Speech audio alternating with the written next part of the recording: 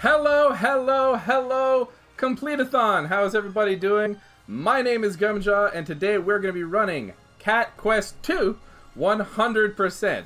And we have a very special treat for you, because today we have not only the router extraordinaire of this, Kurasa, say hello.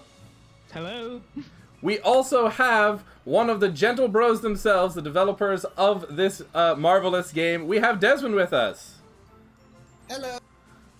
So this is quite the treat, not only for us as runners of this game, but also for you guys. Even if you're casual players of this game, we're gonna get some real in-depth, in the mind of the creators commentary, hopefully, as we go through this run. So this is about 3.5 hours of cat goodness, and we're gonna hop right into it without further ado. So here is our countdown: 3, 2, 1. Go! Alright.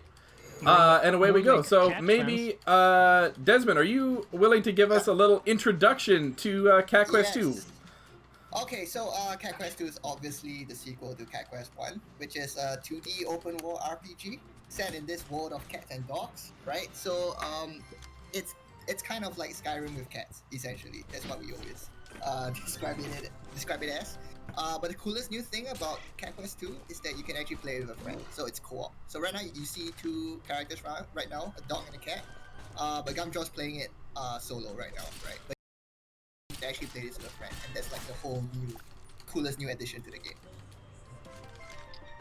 Yeah, so one thing that's very important about the cat and the dog is the whatever one I'm not controlling is being controlled by the AI. And the AI is not the smartest thing in the world. So we're not going to be relying on it to do very much. We're just going to be using it primarily to have a second set of equipment and spells. Each character can be given its own independent set of equipment. So we're going to be using the cat to carry all our combat equipment and do all our combat. And the dog is going to be our speed dog, because rolling is super fast. And there are some pieces of equipment in this game that let us roll faster. So once we get those, we're going to roll with the dog and fight with the cat. And that's going to be the majority of combat there. Okay. Yeah. So heading into the main world here, it's just giving us a little tutorial how to play the game. This is a little waypoint area that we're in, and now we're entering Felingard, and immediately we're going to break off from the storyline and go do some shenanigans. So maybe someone wants to take over from here. Sure. What we're gonna do is a bit of cheese straight up from the beginning. We are gonna go and head into a very high level dungeon. But since the game allows us to interact with the chests, as you've seen in the previous cave, only when we are not aggroed by monsters, we'll actually move around the cave in a way to de-aggro them and basically steal their loot. And so the first things we are gonna grab are 2 chests, which we hope will give us the same equipment. And yeah, it's a bit RNG, but if it gives 2 different items, it's not a huge deal. It will slow the run down a bit, but mostly we can work around it. They are very, very, very high level items, and the reason we grab them is because they give us We're off to a good start. Awesome. They give us magic as it's okay. Stat, we're all good. Armor, which will basically help us roll through the early game without having to worry too much about it. Alright. So as you can see, all the enemies there can snipe us very easily. And now we're actually going to die intentionally. There we go. Right, because that resets you back to our save point, yes. To the same point. Okay. And that's going to conveniently put us right on path for our next little bit of looting that we're going to do. Because we got that piece of Skeleton King armor. Oops, didn't click accept there. We now have this really strong piece of armor. And I'm going to try to do this fast. There we go. So this piece of armor that the cat is wearing now gives him a bunch of armor and a ton of magic. So we're able to pretty much one-shot a lot of the early game enemies, which is going to let us, in particular, clear out this level 10 ruin. Ruins in this game are basically little like wave-based encounters that gives you a treasure chest at the end. Some of the treasure chests in this game are random, some of them are preset in what they're going to give you. This particular treasure chest will always give us a ranger axe. Bam! Which increases our roll distance. And like I mentioned, rolling is the primary method of movement, so by having this ranger axe, we are going to go a little bit faster now. I see. Yep. So I'm guessing, like, because we're adding sprinting in the Mule update that's coming up later, right? So I suppose that wouldn't really change the run very much, would it? Depends how fast it is. Depends how fast the sprinting is, yeah. Okay, so we're coming into, this is the first kind of like along the road optional 100% thing. I'm going to try to be a little careful here. There we go. Okay. So spikes in this game. Someone want to explain spikes? Yeah. So basically, when you step on spikes, you lose 20% of your health. So you can get hit 5 times before you die, essentially. But enemies get damaged by it. I don't know why I'm suddenly struggling with this corridor. Yesterday in our practice run, we died in this exact corridor. Normally this is no issue, because you can tank everything with the cat, but I keep getting bumped into the spikes, which, like we just mentioned, is going to chunk our entire health. So we're off to a good start of this run. You see we need to clear out these enemies again, even though that treasure chest is gone. That is specifically because there's a chest at the end of this that requires all enemies to be killed. So we're just going to take our time in this little corridor and make sure we don't accidentally fight our way onto treasure chests. It's mainly because I'm trying to... There we go. That's what's normally supposed to happen. Usually I will hit them into the spikes and the enemies will die. Last time I ended up attacking myself into spikes. So, anyway, like I said, this is a 3.5 hour run, so a little death here and there is no big deal.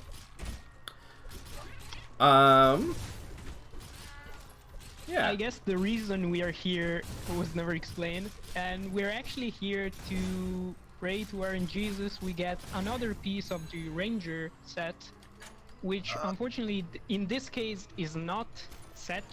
Like, we cannot predict what's gonna come out of this chest. But if we get Ranger cap, which we didn't. Nope.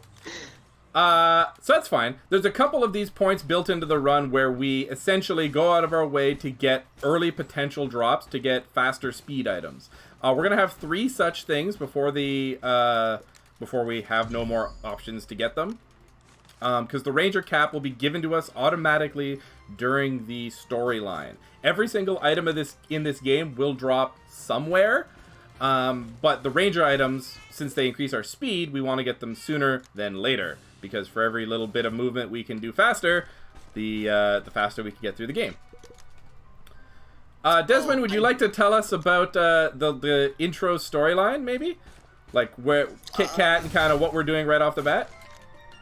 Yeah, so right now you guys are playing as 2 kings, right? They have lost their throne to basically the villains of the game, right? And right now you've been brought back to life by Kiri, which is your guardian spirit, and you're actually looking for Kit Kat's help in trying to reclaim back your throne, right? So Kit Kat is a blacksmith, and you're hoping that she'll be able to help you, get strong enough in order to basically fight these evil villains and reclaim your thrones as kings, right? But one interesting thing here that I'm seeing right now is you guys notice there's this spike area, right? So we've actually had lots of fun testing here, like feedback from fans, and we were actually contemplating kind of like making just this area kind of into like a PvP zone in some future add-on or something. Yeah, but we haven't got around to doing that. Where just the 2 co-op players can fight against each other? Yeah, because the spike idea is pretty cool, right? Like everywhere you walk, you're kind of like trapping your opponent. Yeah. Well. So, That's awesome. It makes for a pretty fun like PvP. Cat Quest 2 Melee. Yeah, exactly. So we rescued Kit Kat there, and now we're going over to talk to these mages, and the mages are gonna basically be first startled that we have a dog, and they think the dogs are invading, but then we tell them, hey, no, it's cool, and they're gonna go teach us about magic. Specifically, they're gonna let us upgrade our magic. So at this point, we're gonna put all our money into Flame Purr, and then we're gonna move on. We are going to be getting all the spells over the course of this game, but we're only going to be using about four or five that are available to us, just Pretty because much. they do cost money to upgrade. So even though it is 100%, we don't have infinite money.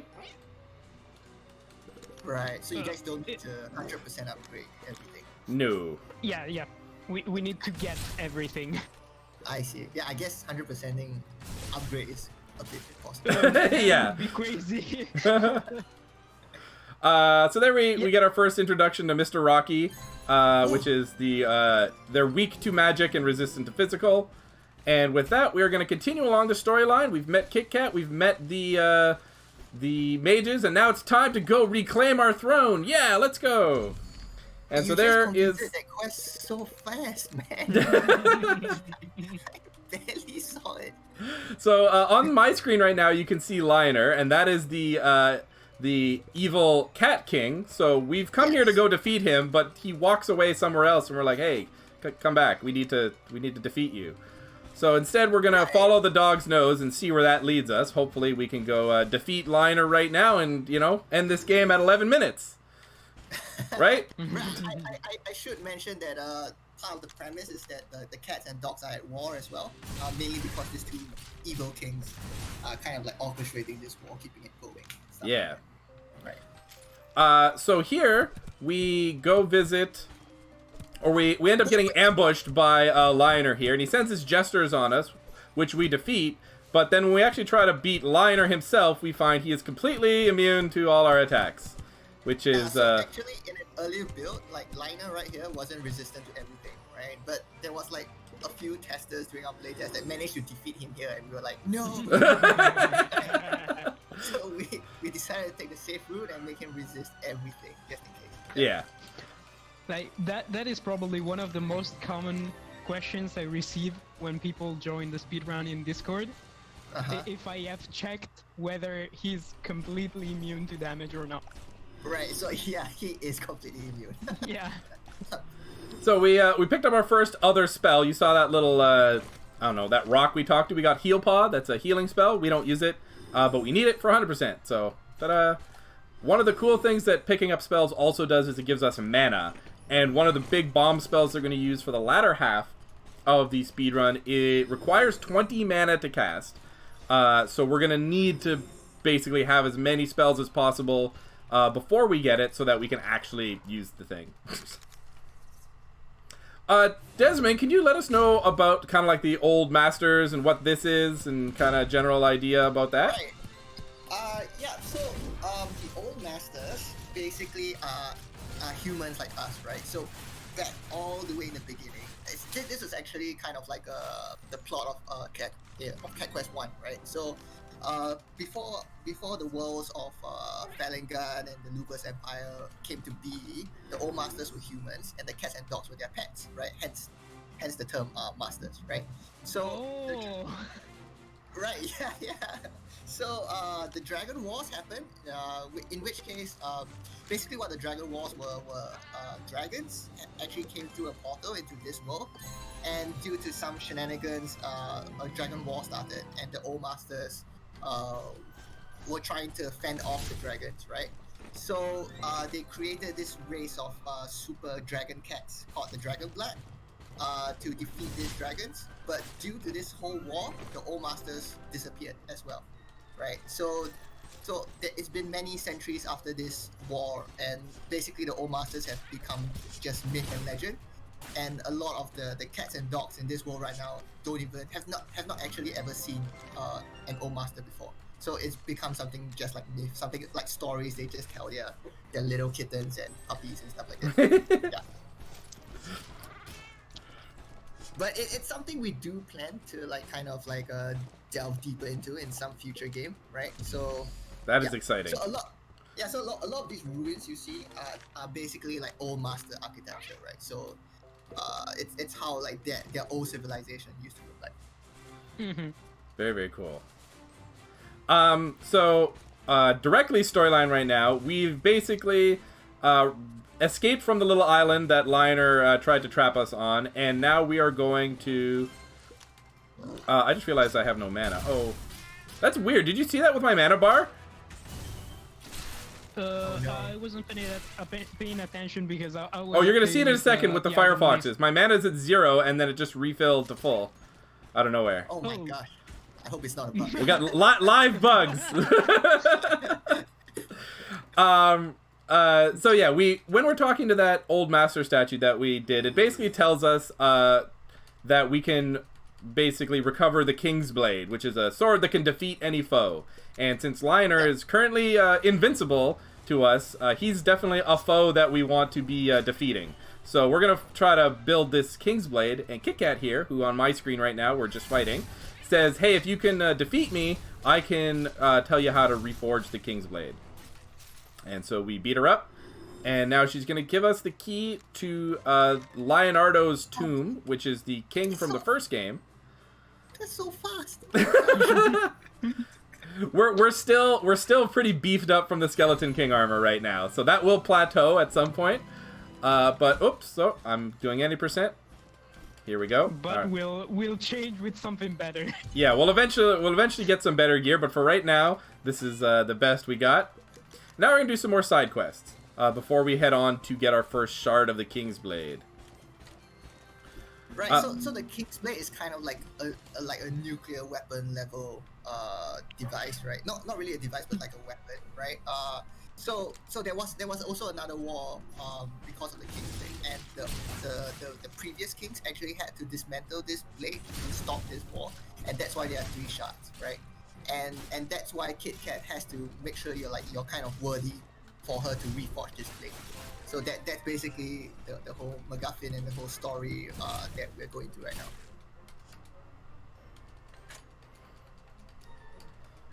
now. Yeah, so as you can see here, we're part of the way we get 100% is in the pause menu. I'll show you real quick. If you look on the left there, on my screen, we have 3 little icons.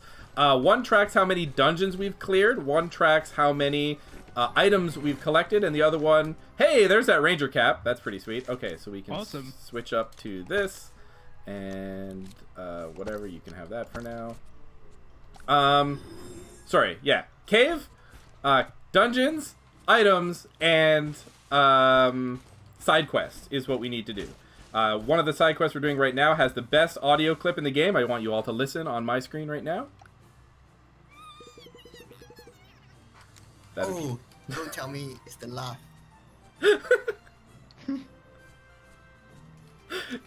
Yeah, it is 100% that little laugh. That is the best laugh in the game. Who recorded that? Whose voice is that?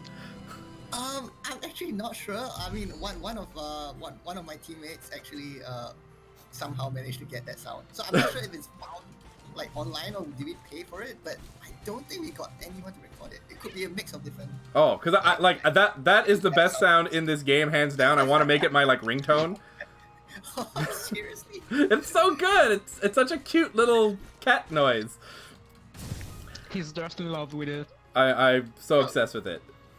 You'll be surprised at the stuff you can find online, man. Oh my god. So we're just doing a little side quest now. And to go back to what I was talking about the 3 things we need to do to get 100% is complete all the side quests, which is obvious, just do the quests. Collect all the items, which is 1 of each item. And across the game, there's a guaranteed drop location for every single item. So you'll see us later in the game, we're going to be skipping some chests. Because if we already got an item that is required. We have everything routed into this, and we basically keep a checklist. Kura's going to be helping me with that, and then we skip whatever we don't need to pick up again. And conveniently, this quest gives us the last ranger item. Go ahead. So wait, I'm just like really surprised. So you guys remember what every chest gives you, like essentially? Essentially, yeah. I mostly do because I mostly do because I scouted them all. Oh my gosh. So as you can see here, we now have the full Ranger outfit. So we are rolling considerably faster than we did at the start of the game. And we're going to carry this through for the rest of the game. If we didn't get that Ranger hat now, it would be like, I don't know, probably like an hour until we actually got the, you know, the dedicated drop for that Ranger cap. So getting it now is super, super good. Yep. We had another chance in about 3 minutes in Wiscove. Yeah. That's probably our last chance, I guess. And to finish off, the final thing I was talking about for completion is dungeons. The way dungeon completion works, actually, it's on my screen right now. You see the big words, dungeon complete. When you pick up every single treasure chest and spell in a dungeon, that is when you get dungeon complete. You do not need to kill all the enemies unless there is a chest that requires all those enemies to be killed. Alright, so here is our big first boss of the game. He's guarding our first shard of the King's Blade. In any percent and other methods, we actually have an XP manipulation that lets us level up in the middle of this fight. So we get a mana refill and we can just spam our ice attack. But in this one here, we're just going to face tank him because we do have that Skeleton King armor, which makes us pretty resistant to his attacks. And since this is 100%, we've gained quite a few more levels than we'd be here in any percent. Yeah, so that fight that lasted about 40-ish seconds can last down to 11 seconds is the best I've ever seen. And that fight is super scary in like casual. When you're playing it, there's just so many explosions going on. It is terrifying. Yeah, so this was purposely designed that way because it's meant to be kind of like a gateway quest, right? Like the level gap between the previous one and this one is really large because we wanted players to kind of like explore this world, do side quests between this particular gap. Yeah, so that's why there's kind of like this huge discrepancy between the levels. Yeah, and we really like that. Like, I know when I played casually, you know, Kiri even tells you, like, oh, you know, maybe you should go level up a bit before you do this. And we're like, hey, yeah, that's a good idea. Let's do that. But you can still do it at a low level if you want it. So it's a big challenge, but if you do it, it's really satisfying. Yeah, hence speedrun. That's I think what I really like about this speedrun is everything is technically achievable, but it's like, how much do you want to do? So on my screen right now, you're seeing me, I'm picking up Berserk, which is another spell that we're going to be using for the rest of this game. And also that last chest would be, that other chest would be where we would be getting, that didn't count as complete on my thing. There we go. Okay. That last chest would be our last chance to get the Ranger cap if we didn't get it anywhere else. Wait, but why didn't you complete that dungeon? Did you miss the bottom chest? I missed the bottom chest. Oh, we'll be around in the area later. We can... Too late, going back. So there's also these neat little indicators. Thankfully, this chest isn't the item chest, so I don't need to kill everything again. We're just going to pick this up. There we go. Good eye. So yeah, even knowledge of the dungeon layout and where the different chests are can help a lot in this run. Yeah.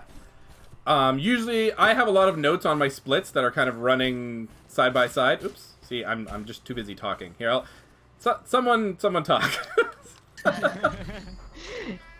Yeah, mostly he has everything written down in about 200 splits.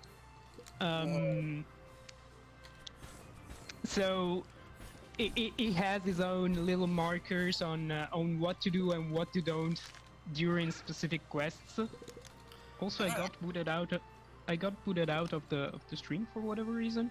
Oh, interesting. Oh, okay, I'm back online. Okay. Oh, okay. I'm just like, wow, man, you guys probably know the game better.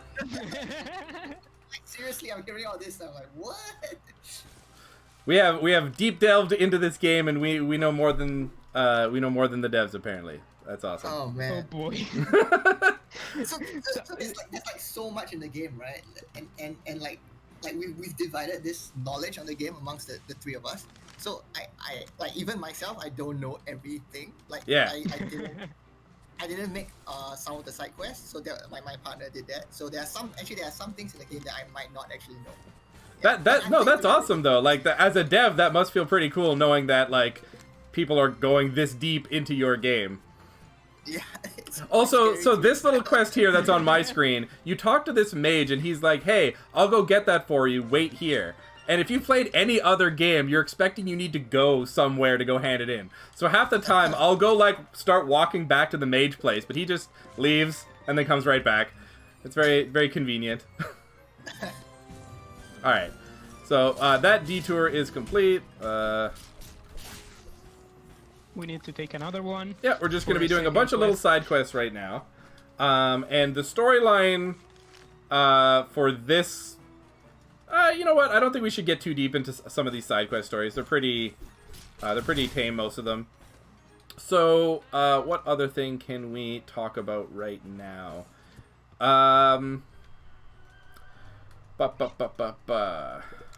Right, so if you've played Cat Quest 1, right, like this beginning area is actually almost one-to-one the same design as the beginning area in Cat Quest 1. The only difference is the capital, which is like, you know, the main city of the cats, used to be here, right? But right now it's a lake. So there's actually a story reason for that we're not ready to talk yet. There's a reason why the capital was moved from like the southern area to the central area where it is now in Cat Quest 2. Oh, that's interesting. Yeah. Mainly because there's a gap of like a few hundred years between Cat Quest 1 and 2. So a lot of the terrain has changed as well. Yeah. Yeah, like, how's Kit Kat still alive? She's been alive since the creation of the original King's Blade. So there's something with her, right? So there's okay. there's a reason Undisclosed information. That's cool. Like the lore of this is like it's a really... Actually, this is what I want to talk about. This game is so well drawn. I really love the way it is drawn. So shoutouts to whoever is the main artist on this. Oh yeah, it's me and one other person. Yeah. Well, you guys are amazing. I love this art style. We're gonna play rock paper scissors right now. So everyone, think of something in your head. Did you think of paper? Well, if you did, you're right. We're gonna play one more time. Best 2 out of 3 already. Paper. Hey, you're right. All right, we're gonna do best 3 out of 5. Let's go, paper. Congratulations, you won. Desmond, you want to let us know Catnip Bravo about the little... Sorry, what? You want to talk to us about Catnip Bravo? Okay, so Catnip Bravo isn't actually like a character that we designed. So it's kind of like a crossover character from a partnering plushie company that we're working with, right? So they created plushies for Cat Quest. So there's actually like a plush of the main yellow cat as well as the Guardian Spirit character as well. And their mainline kind of plush that they've designed themselves is something called Catnip Bravo. And because it's like a cat character, they were wondering if they could, like, you know, put this character into our game as kind of like a nice crossover thing. And then we thought, yeah, hey, why not? So that's essentially the story behind Catnip Bravo. Yeah, it's just like a cat crossover. Actually, on my screen, since I don't have a hat on my cat right now, let's put the Catnip Bravo head on. There we go. Which, by the way, is like the best scaling item with upgrades in the game. Yeah. It gives you a ton of health. Yeah. So at this point in the storyline, Kit Kat is basically like, cool, you got one of the shards of the King's Blade back, but there's actually another blacksmith that you guys got to talk to find out where the rest of them are. So, but he's in the Dog Kingdom. His name is Haro Doggo. So we're led over there, and as we're crossing the bridge to the Dog Kingdom, we get ambushed by Liner one more time, and we need to fight his jesters here. Now, the key to this fight is when the fight is over, we're going to need to be at the leftmost side of the bridge. So we want to kind of fight in a leftward motion, because the jesters move quite fast. That was actually really good, what we just did there. Yeah, that was a good fight. Yeah. So, when the jesters die, Kit Kat basically says, hey, lure him over here. And she puts down these red lines to trap him, and he's like, hey, what the hell? And then we run away. As far as I know, those red lines are never explained. Desmond, can you tell us what? Okay, so it's a few reasons, right? So essentially, the whole art style of Cat Quest is kind of like, you're playing on this physical hand-drawn map, kind of, right? So that's why you see all this like dotted lines on the floor and things like that. It's kind of like trying to simulate what those physical maps kind of look like. Yeah. So that red dotted line thing is just basically the language of the game telling you that it's a barrier, right? So. But like, Liner acknowledges the lines. Does that mean he can see the map? Yeah. So everyone's kind of like aware that they're on like this physical map. Yeah. I know it's weird, but I don't know. We just kind of felt it worked. No, yeah. It like in game it works cool. We just thought it was always funny. It's like Liner has fourth wall awareness. He can see the red lines. Right. So they're the same red lines here right now, right? In this combat trial. Yep. So yeah, everyone's aware that there's this red barrier line. Red lines, totally canon. Yeah, accept it. Trivia in Cat Quest 1, they were white lines instead. Yeah, but everyone couldn't tell that they were barriers because it's white. Yeah. So we changed it to red. So it's Yeah, kind of like that's 100%. I remember feeling the same thing. I definitely died a couple times to in Cat Quest 1 to trying to like dodge an enemy only to roll into a solid wall and get hit anyway. Yeah. A solid line. A solid line, sorry. So as you can see here, we're face tanking quite liberally. Right, but you're almost dead, man. Oh, I died. Oh, no. It's okay. The way death in this game works is if only one of the characters die, you can play as the other one and try to revive him. If both of them die, then you are out. Because the AI is kind of okay at dodging, so they're usually pretty good at staying alive. Oh, cat dropped again. It's fine. Here, we'll put up the shield. So it's usually our fault, is what you're saying. Yeah, if I'm dying here, normally if I was doing a legit run, it'd be I'd be more, paying attention, obviously, to what's going on. But I'm focusing on the commentary for all of you in video land. So what was I saying? Yeah, so if both of them die, you're out.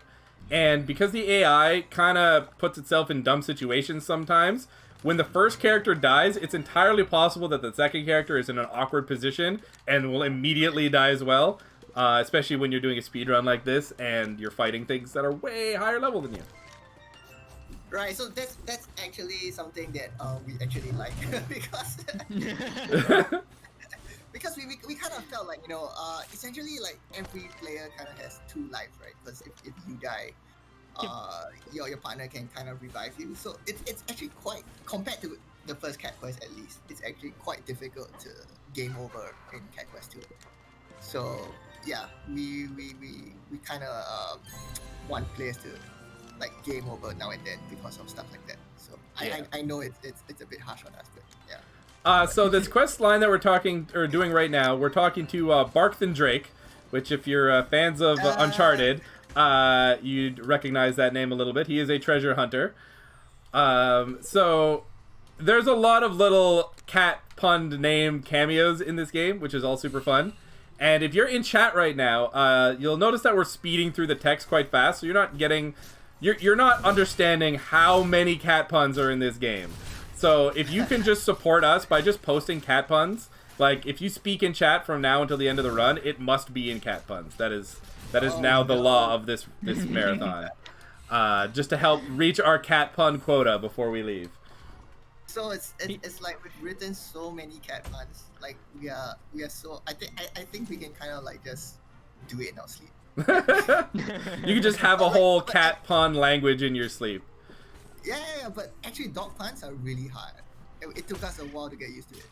Because there isn't really much you can do with dog puns. Yeah. Like, in our opinion. Yeah. So this is just another little side quest here. We are discovering the source of magic and science and puns in the Cat Quest world. I actually have a question. Storyline-wise, it is implied in Cat Quest 1 that Speary is Moth. Is that like 100% correct? 100% correct. Uh-huh. Neat. So yeah, in Cat Quest 1 you learn a bit about this story, and then in Cat Quest 2 this story kind of connects to another side quest in Cat Quest 1. So I thought that was really cool as like a player who played both, to see a side quest called back to. Yeah, so there's actually a lot of throwbacks to the first Cat Quest game. There's like even stuff with Dracov and a lot of different things that we wanted to put in for fans who played the first one. So there's like, I remember that in the first game, right? Stuff like that. Yeah. But it's also kind of like, you know, the general story is still kind of unrelated enough to the first game that if you're coming in for the first time, you won't be completely lost. Yeah. So that's kind of what we were going for. I think you achieved that really well. Like the first thing I did when I loaded up this game was look around for stuff that I knew existed in like Cat Quest 1, and it was like, what is there? And, you know, I saw the Lonely Island there, and I saw like the Twin Towns and everything. I was like, oh, all this stuff is there. That's so cool. And then I was like, what happened to the big cat mountain? It just like disappeared. Yeah. I Yeah, actually played this one before the first one, so it was actually quite the opposite for me. Interesting. Wow. Like it actually gave it even more sense because I explored this one so in depth that finding out the origin of many things was actually super cool. That's kind of cool. So it's like finding out like certain areas haven't changed, like the deep forest is still there. Yep. Right. The same cave is kind of still there as well. Stuff like that. Yeah. Those are things that we wanted to like keep the same. So even though this guy on screen right now looks a little menacing, this is just a side quest. So there's no real story. I can't explain the story, but I'll keep you guys at a minimum. There's a lot of stories. There's a lot of side quests in this, so can't explain everything to you guys today. Gives you more reason to go pick up this game for yourselves. And I believe there's the Possum Pack exists, which is basically Cat Quest 1 and Cat Quest 2 all bundled together. So definitely do yourselves a favor. It's like a physical edition that's coming out soon. I think it's not out yet, if I'm not wrong. But yeah, it has both Cat Quest 1 and Cat Quest 2, which you can actually pre-order on Amazon and a few select other outlets right now. Yeah. You can definitely get the Possum Pack, or at least a bundle, on Steam for sure, where you get both games. Oh, yes, for sure, yeah. Okay, so we're back on the main storyline here, and we've reached Hotto Doggo's hut, and we're told that he's out collecting supplies. So we go try to get in, and we get parallels to like the cat side, where we go talk to the dog guards. The dogs are like, oh my god, a cat is invading, and we're like, no, he's our prisoner. And they're like, oh, okay, but you still can't get by. So we're gonna go bribe the guards now with some dog biscuits. But when we find our biscuit salesman, she's like, I'll sell them to you for 1 million gold. So you gotta put like a little finger I to your still mouth. have to try that. Is there any action? If you have 1 million gold when you talk to her, will she give it to you? That's nothing. Aw. Yeah, thank you for saving me time to grind, I guess. Yeah, so this is just a little side quest. She says she lost a bone that was, near and dear to her, and if you go retrieve it from the cave, she'll give you some dog biscuits for free. Now's a good time, actually, to talk about what you see on my screen. These little, like, crystals that are shooting balls. They are like spikes in that they do percentage damage, but we have kind of a way to mitigate them. There's a shield, which I'll put up in a second, as soon as this chest opens. Boop. One of the spells we got is Furry Shield, so there you go, I just put it up. Puts a little orb around us that just flat reduces damage. It also reduces the damage of all those little crystal traps to 1, which is really, really, really good. And it doesn't matter how much you've leveled up that particular spell, it'll just reduce all the damage to 1. So here we're just face tanking it because it's not that important. We're actually leveling up from quests pretty frequently, so we can just get the free health refills that way. But later in the game, where health refills are few and far between, we're going to want to use that shield so that we can move faster through a lot of the dungeons and just face tank all the little balls. Yeah, there's a few dungeons that are basically all mazes of just those orbs where you have to collect some chests. So here on my screen, you are seeing Wolfen, the evil dog king, for the first time. And this kind of establishes that he is ruling through fear, and everyone's really scared of him. So we go talk to this dog, and they immediately recognize us as someone they were on the lookout for, so they fight us. And we're going to beat them up. And originally they don't want to tell us anything, but since we beat them up, they're like, okay, you're also scary. We'll tell you what you want to know. Poor oppressed dog populace. Yeah, because we wanted to kind of like draw parallels between how Wolfen and Liner kind of like rules their kingdom. And it's kind of like also, you know, what you shouldn't do, right? So it's like, what if like you turn bad, right? And this is kind of like, Yeah. how an oppressive society can be. Don't do what Wolfen does. Yeah, These are bad life lessons to live by. So this is Hotto Doggo that we're fighting on my screen. He basically wants to test us, and we fight him, and he's like, you're the king's blood. Come with me. And so we're gonna follow him. And Hotto Doggo is an interesting character because he's like a samurai hot dog vendor blacksmith. He has an obsession with hot dogs. Yeah, everything he says is always hot dog related somehow. We had a lot of fun writing this guy. You can see a hot dog sleeping on that. What is that? It's getting slightly. How much money do I need to put into this? I forget how much. You can. I think you can put all of it. Okay, we'll put all of it for because now. you get the hidden stash for Graviroth. Yeah, we'll have a couple other times if we need to dump a little bit more money into it. Yep. I'm Sorry not for sure Celestial. I'm not sure if you guys know this, but like Kit Kat is kind of the blacksmith for the cat kingdom, right? And Yeah. Doggo Yeah. is the blacksmith for the dog kingdom. And they're both named after food, right? Like Kit Kat and hot dog. Oh. Right, that was the reason. Yeah. So now we're moving on to the next little side quest. This is Amadeus Wolfgang.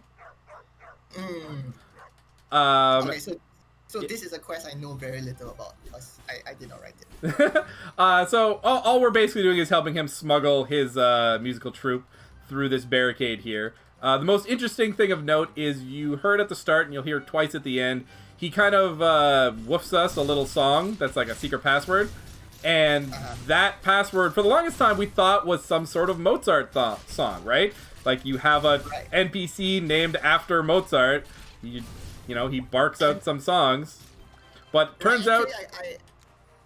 Actually, I do have something about that, right? So, yeah, you're right. It actually was, for the longest time, one of Mozart's pieces. Like, he would hum a Mozart piece.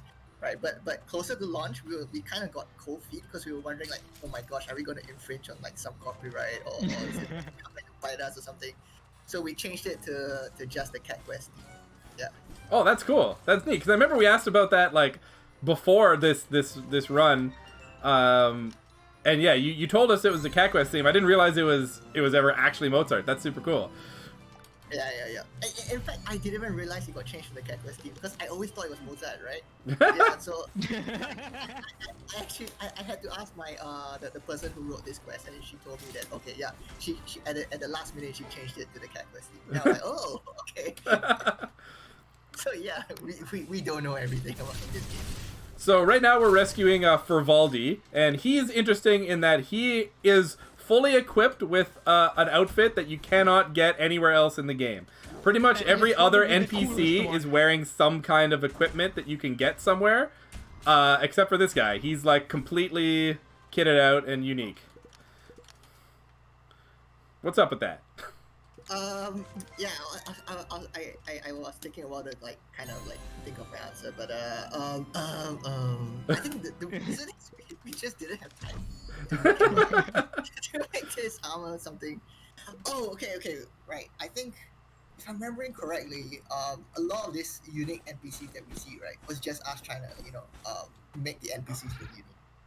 That's basically it. Because a lot of the feedback we got from like Cat Quest 1 was that everyone kind of looked the same. Like they were wearing the armor that main characters were wearing and stuff like that. So it was hard to kind of tell them apart, right? So we wanted some of the Quest NPCs to kind of look different in their own right. So they were a bit more recognizable. Yeah. Also, these weapons are super cool. Like The instruments? Yeah, the instruments are super cool. The lyra and the horns, I guess. It's like a clarinet, I think. Now that I can see it. Yeah, it's an oboe, something like that. Well, you guys have access to a bot loot, so I guess that's pretty. Yeah. But the Furvaldi mask is probably in my opinion, is probably one of the coolest unique heads in the game, and it's one of those we really wanted and never had access to. Okay, that's interesting. Maybe we might edit in in some future update or something. Make an achievement where if you beat the game in under an hour, you get it. Oh man. Under 2 hours. Yeah, and under an hour is quite the. So here's that theme if you guys want to, just so people can hear.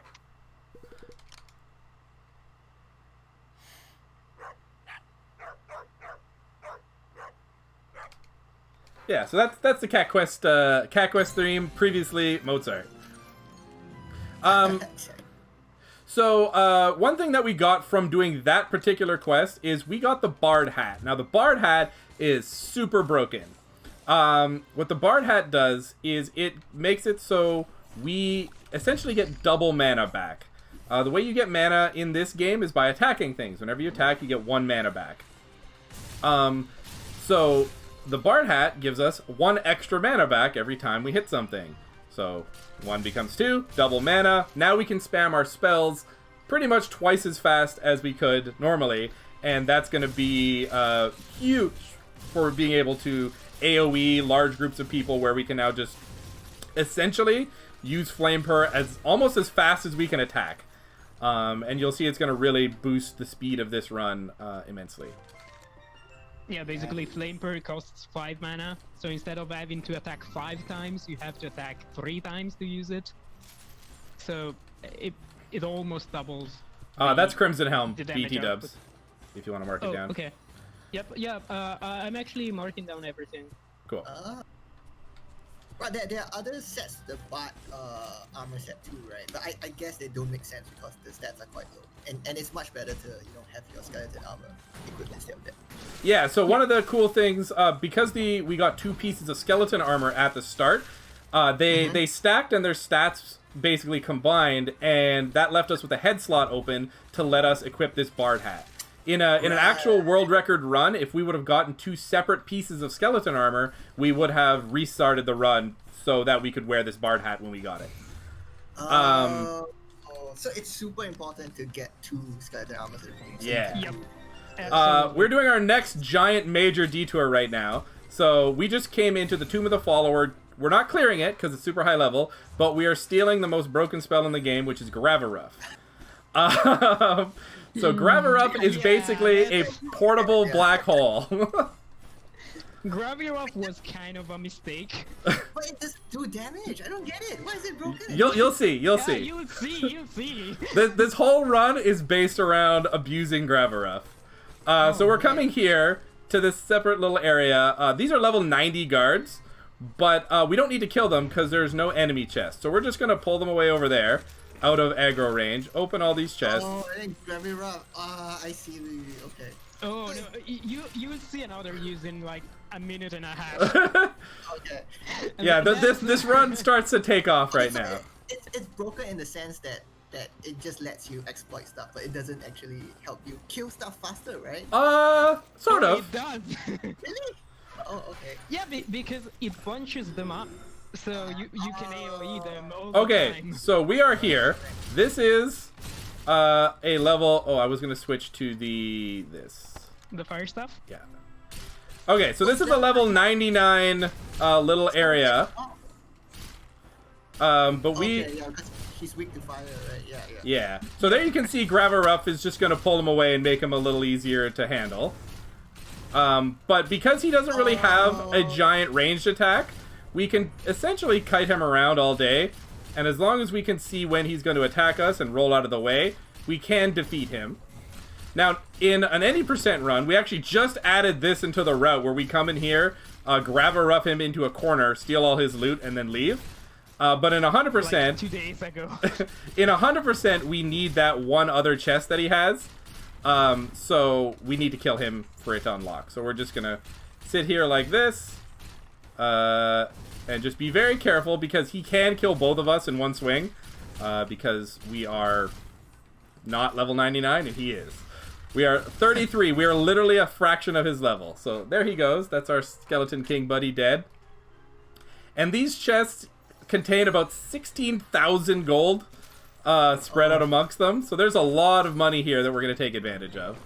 And oh my god, that's super good. So that's another skeleton armor that is going to stack. So now... However, that won't allow you to skip one of the golden chests.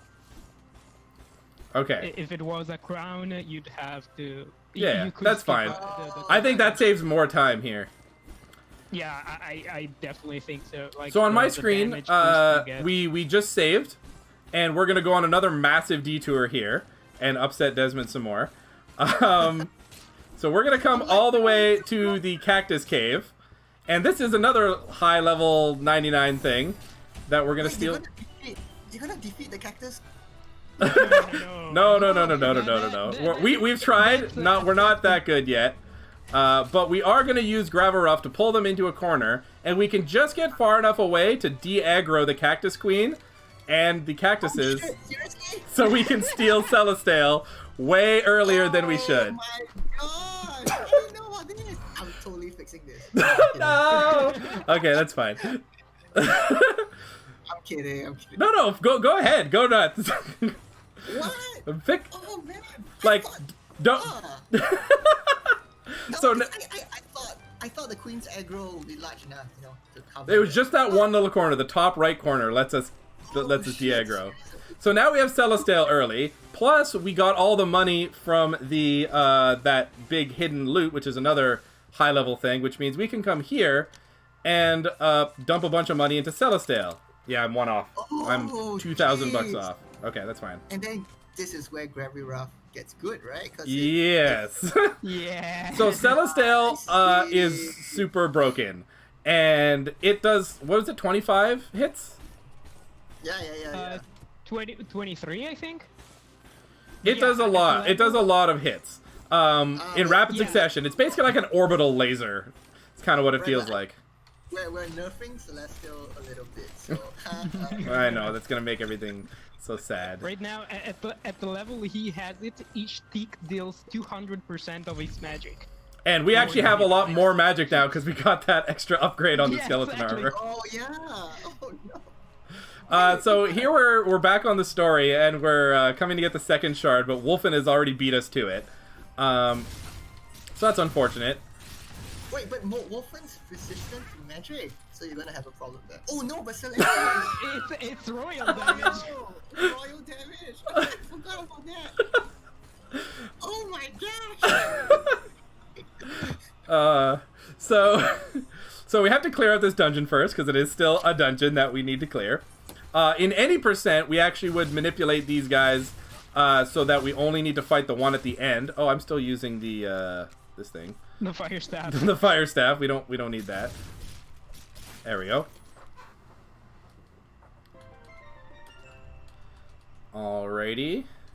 And I actually need to make sure I'm full man up. What?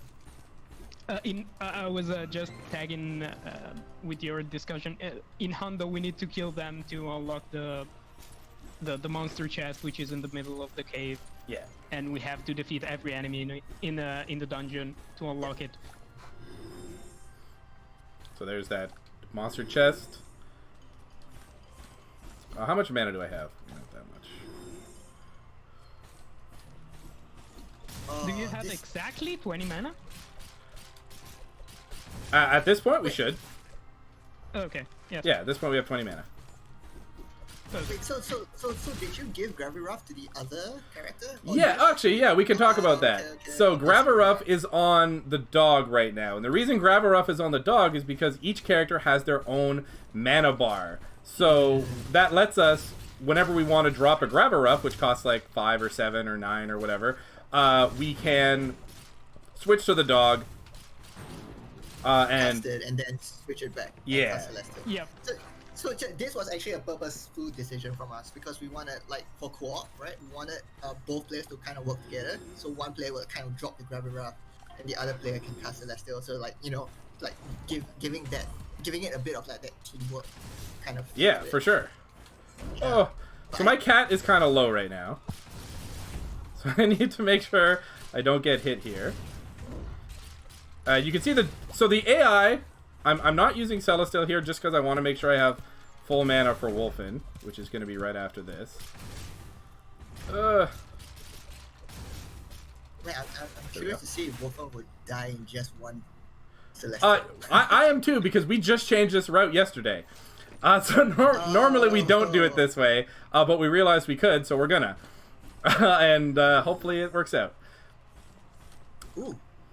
So this is a world premiere of Celestang Wolfen 1. Oh man, I'm curious to see how this is going. I should probably equip it, that'll help. Okay. Step 1 complete.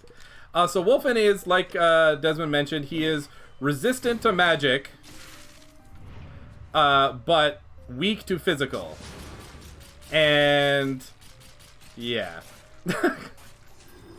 Yeah, but whoa, is he gonna die? Oh, jeez. So the thing with Celestial is that it's a royal magic spell. Royal is an element that everyone is kind of not resistant to. It's kind of like the base, kind of. I wouldn't say base, but it's like an element that no one is resistant to. So that's why Wolfen took normal damage from it. Yeah. And died so quickly. Up until this point, we would be using Berserk, which is a spell that boosts our melee attack damage, and just beating him down with Berserk. We can do him pretty fast, but since we've routed in this little change, why not take advantage of it? Why not take advantage of it, yeah. Wow. So I'm guessing this whole run is just gonna be Graviroth plus Celestial. For the big bosses, yes. For the little fights, we still fight normally, because it's shorter for us to just beat stuff up, because Flamepur is sense. also really strong. That makes sense. Now, audience, you kind of missed at the end there, but we didn't actually collect the second shard. It turns out that Wolfen we fought was an illusion, and he had already actually taken it. So at this point, we're basically going to go storm his castle and get his that shard back. We're going to have to fight him one more time. And so Hotodoggo is telling us, oh, hey, you know, there's two ways to get to the Throne of Lupus. Either this one path here that's on my screen that's guarded by his elite Secret Service, the K9, or you can take the longer, safer route through the desert. And he's like, you pick which one is faster. And if you were paying attention, we've already been there earlier in this game to go get stuff. So we're just going to take the waypoint over and not have to deal with any of that. Oh. All right. So we get to bypass his entire... You can walk through it without taking any damage. Just running, anyways. So... Oh, but still. Yeah. So we're going to come here, and we're going to go right into Wolfen 2. This is going to be a similar fight to what we just had. You can see Alias on my screen now. He's the big bad of this game. And for this fight, Wolfen is going to summon two clones. And this is, again, where Graviroth is super important. Because it lets us, essentially, pull all the clones together. And just... Oh, man. Oh, man. And just, yeah. Oh, shit. You were not supposed to have Celestial so early. We're sorry. Please forgive us. So again, the red lines make their appearance here as Kiri drops some red lines on Wolfen and we steal the shard and peace out. So Alias, like you guys saw just now, is actually an old master, but he's been trapped in this dimension called the Zero Dimension for a while. So he's all like evil and shit. Yeah. Okay, so now we're back on the side quest train. And we're going to be doing a bit of side quest for a while.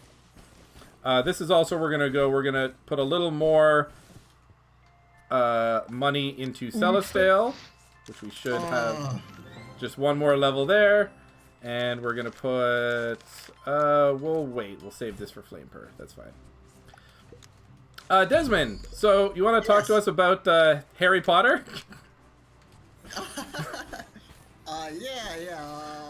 So this quest is obviously very much inspired by Harry Potter, as you guys would eventually see. But it's only inspired by like characters and like items and stuff. But the story itself is totally original, I hope. Yeah. So again, this is kind of a quest that was written by my partner, right? So so I did most of the main quests, and then she did most of the side quests. Cool, Yeah. cool, cool. So basically, how we went around doing this was we focused kind of each quest line on something that's kind of popular in culture right now, and we tried to kind of like catify it in a sense. So there's stuff about Batman later and other things. Yeah, there's one reference that I know is. I don't know if you'll be here when we get to that, but the Wolftopia. What is that based on? Do you know? I think it's just Utopia is just a play on Utopia, I guess. Yeah. Oh, okay. It's because I feel like the characters are specifically named. Maybe it's not, and I'm just crazy. We'll talk about it when we get there. Yeah. For right now, we're actually finishing up one of the quest lines we started almost 30 minutes ago. So everything here is still really low. This is like the very first quest line in the game. It's right beside where you show up at the very start. So we can blow up a lot of the stuff we're going to be doing now is just, Flame Purr will one-shot everything. Also, I hope you like that yak enemy, because it's the only time it appears in the game. Yeah. Well, I mean, he technically appears in another form. In the mystery meat quest, the meat quest. Yeah. And yeah, actually, go ahead. Enemy is a throwback to an enemy in Cat Quest 1. Yeah. Yep. That's all. And big shout outs to like Kurasa and Lugo for routing this the way they did. Like if you look at it, it looks like we're kind of going back and forth on all over the place, but honestly it's as someone playing it, it feels so well routed. Like there's very little time where we're walking aimlessly, right? And they put a lot of effort into making sure it's routed so that we don't do anything early that we don't need to do. And it's like, if we can come back to it when we're level 100, we'll come back to it when we're level 100 and just breeze through it, right? Rather than, wasting an extra minute or two clearing it at level. Yeah. So here you can see we're doing some of just the regular... Oh, sorry, go ahead.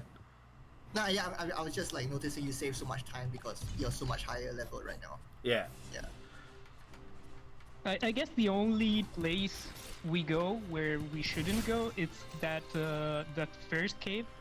Aside where we got the Skeleton King armor, the first place where we tried to drop the Ranger hat, that's actually the only way we go that is not straight up on our path, but it's a detour to allow runners to have a very early reset point in the run without having to wait 10 minutes in the run if they don't get Ranger cap to reset, so they can do it like 4 minutes in, and so they can grind the runs if they really need to. Alright, so we're going to continue back on our main quest here. And at this point, we're looking for the third shard, and Hotto and Kit Kat are going to get together. Maybe Des, you want to talk to us about this? Yeah, so back basically in the story, like way back in the past, Kit and Hotto were like kind of like best friends, right? So in fact they kind of forged the King's Blade together as well, and they were really close friends with the Kings back then too. But after the King's Blade War and the whole problem with the King's Blade, they kind of like fell apart because they felt guilty that they created a weapon that kind of brought the whole world to war, right? So they kind of hated each other in a sense, but still, they were best friends once. So actually coming back together like this is a huge thing. And it's also trying to, it dives back to the whole theme of Cat Quest 2, which is coming together and unity in a sense. Does someone have an airplane nearby? Oh yeah, that's me. Yeah.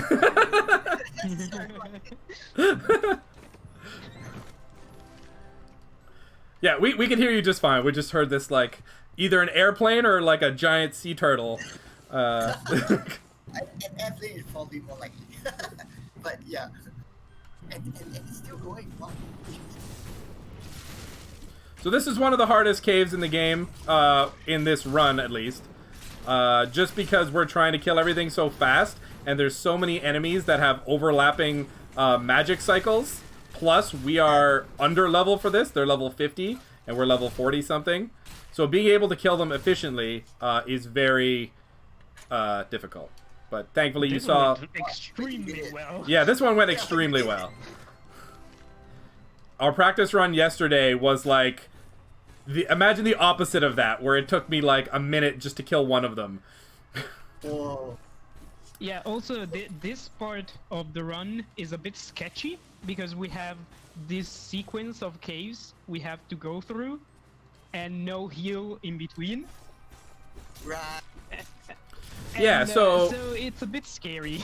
Yeah, like I mentioned kind of early on, we were getting a lot of intentional level ups early on just because the quests were more of were like over our level, or we were just low enough that everything gave us enough XP to level.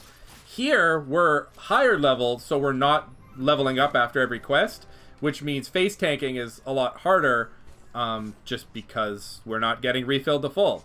And if someone dies, that's just time wasted. So we're gonna try to avoid taking damage from spikes. Our armor has served us well. It's near its life cycle. It's nearing its end. Yeah, we're gonna get a little bit of extra mileage out of it because we got the free level up on it. Dog is at 1 HP apparently on my screen, so that's fun. Oof. Oh. But yeah, basically we don't get enough bang for our buck from the armor, and so these guys hit very hard. Also, the bats are probably the most hated enemy from the community, I guess. Oh, because they do so much damage, is it? They attack fast. They attack fast. It's like by the time you see the red circle, they're already hitting you. There's so little help. Yeah, but you know, we are so under-leveled. They get in, they get out, and they murder. They are swift and vicious. And we'll actually have a ruin coming up in a few minutes. Well, probably 10 or so minutes, which is probably the hardest ruin in the game for us, because we are super under level. It's flooded with like 24 bats, and it's gonna be something. Alright, so as we go through this, we are told by... okay. We are told that we need to go somewhere else to find the third shard, which is kind of what that meeting was before. So we're just going to follow Kiri over to that. And, yeah, just stand by, and I can continue this in just 1 second. So on my screen right now, we're talking to Kiri, and she says, hey, the third shard is over here across this this kind of little fjord, river, strait, whatever you want to call it, type thing. Now Desmond, if you needed to cross a body of water and you were near a fishing village, what method would you recommend us use to cross a small, maybe 200-foot body of water? I mean, obviously you gotta find a way to walk on water, right? Yeah, clearly. Yeah. I know that's how it works over here in Canada. You just walk on water, yeah. What's so difficult, right? So we need to get over there, and the method of choice for this game is learning to walk on water. Instead of getting a boat, right? Instead of getting a boat, or riding the dog, just like sit on the back of the dog and let him doggy paddle. That would be cool. So right here on my screen, you're seeing us. This is where we would naturally get the Ranger cap. So if we didn't get it, like, what was that, 40 minutes ago, we would be getting it now. So you can see up until this point, we've gained all those. Every time we roll, we've saved, a fraction of a second, but we've been rolling like crazy. So that adds up to, probably a couple minutes over the course of the whole run, if not at least one. Oh, much more. We save 3 minutes in the any percent run, which is 50 minutes long. So in this, which is 3 hours, it probably save 15 minutes. Yeah. Wow. So Ranger cap. So storyline wise though, you run much more. So storyline wise though, we are. Oh yeah, we're gonna try this thing. Oh, see, this is why that's bad. Because I can't fight this dragon. Okay. That was an idea we had that kind of backfired on us right there. We're like, use Grabber Rough to lure the enemies onto the spikes from the other side, but then we can't fight that dragon. Okay, that's fine. We live and learn. So again, this is a storyline quest, and you can see that we are a bit under-leveled again. So we're going to be a little cautious going through here, just because I was a bit reckless with the other stuff. It's also weird because it's a side quest that you are forced to do in New Game. Yeah. But if you do New Game Plus, you can completely skip it. Yeah. And it counts toward your 67 side quests. Wait, what? If you don't do it, it counts towards the side quest? No. If you do it, I mean. It is required, yeah. Oh, Yeah. I thought there was another bug again or something. We already broke the game. Yeah, man. So, in here, in Cat Quest 1, we learned how to walk on water from the governor of this town. And in Cat Quest 2, the governor's great-great-great-great-great-great-grandson doesn't really remember how to do it, so he asks us to go collect the journal from his great-great-great-great-great-grandfather, as well as this kind of rune that, or this artifact that we get. And now we're gonna go meet said Cat Quest 1 governor again, to learn how to walk on water, and I was very happy to see him make an appearance, because he's definitely one of the most unique characters. So yeah, it's stuff like that that we wanted to have in the game, so for fans who played the first one. Yeah. Now this fight here, in any percent, it is quite difficult, because this is where our equipment is starting to really plateau. In 100% though, we have Celestial. So we're just gonna drop that here. We have to wait for his shield to wear out, but we're gonna use Grabber Rough to pull him in there. We're gonna smack him a bit while it's going down, and you can see it just GG. Oh, you messed up the timing a little bit. Just oh, wait, he still died. Yeah, he still died. Yeah. It's so overkill. Yeah, and then we sometimes we'll level up in that fight. Sometimes we won't. If we do level up, we can drop another Celestial right at the start of this fight. For whatever reason, the governor's like, hey, you just beat that super hard fight. Now beat me up. And he is considerably easier. Yeah. But we beat him up, and now we're finally going to learn how to water walk. The old governor says that the first governor says his spirit's at peace. We get the ability to water walk. He says bye to his great-grandson. Admire the beefiness. Look at that mustache. So good. And away we go. And now we can walk on water. But we get put on this island for whatever reason, and he gives us a dumbbell.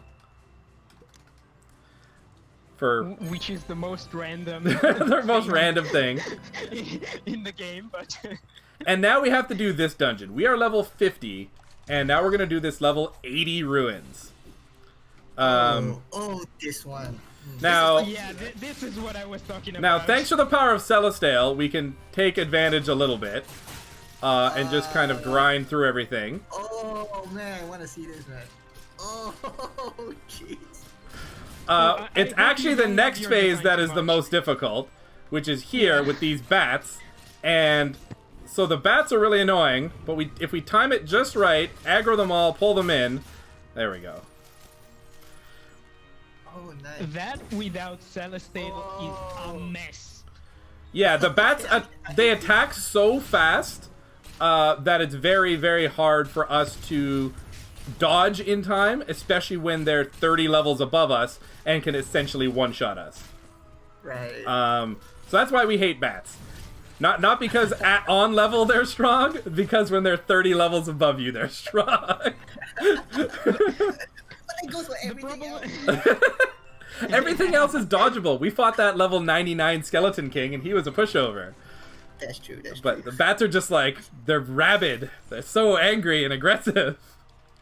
Man, we should... I think the final DLC for Cat Quest 2 is going to be a new cave called the Lonely Bat Cave. Lonely... Yeah, do it. Second super boss. Screw you. Talking about lonely caves. Speaking. Oh, are you guys gonna do that now? Yeah. So first, Yeah. we're gonna take a little bit of a stop here, and we're gonna level up our Flamepurr some more. We're gonna level up our Berserk some more. And now it's time to get our next bit of upgrade. We're gonna go do the super boss of this game, the Lonely Hedgehog. And he is a level 200 hedgehog that has all the magic pretty much in the game, other than Celestial. And he is in the first game as well. But before we fight him, we need to do some thievery. So we're going to bring him down here, and he's going to go hang out with Graveruff while we go steal his items. Yeah, you know, we like him. He's there guarding them, so So these... we need them. the last chest, unfortunately, is guarded by his... like, his chest, so to speak. When we need to kill him. So we're just going to quit warp out, and we're going to put this on and that on, and we're going to save one more time. And now it's serious time. So you guys can talk while I do this. We're going to go beat the Lonely Hedgehog. You're gonna Yeah. super fast, right? With this. Not super... No, actually, we don't use Celestial. It's actually not worth it on him. So 0. Nope.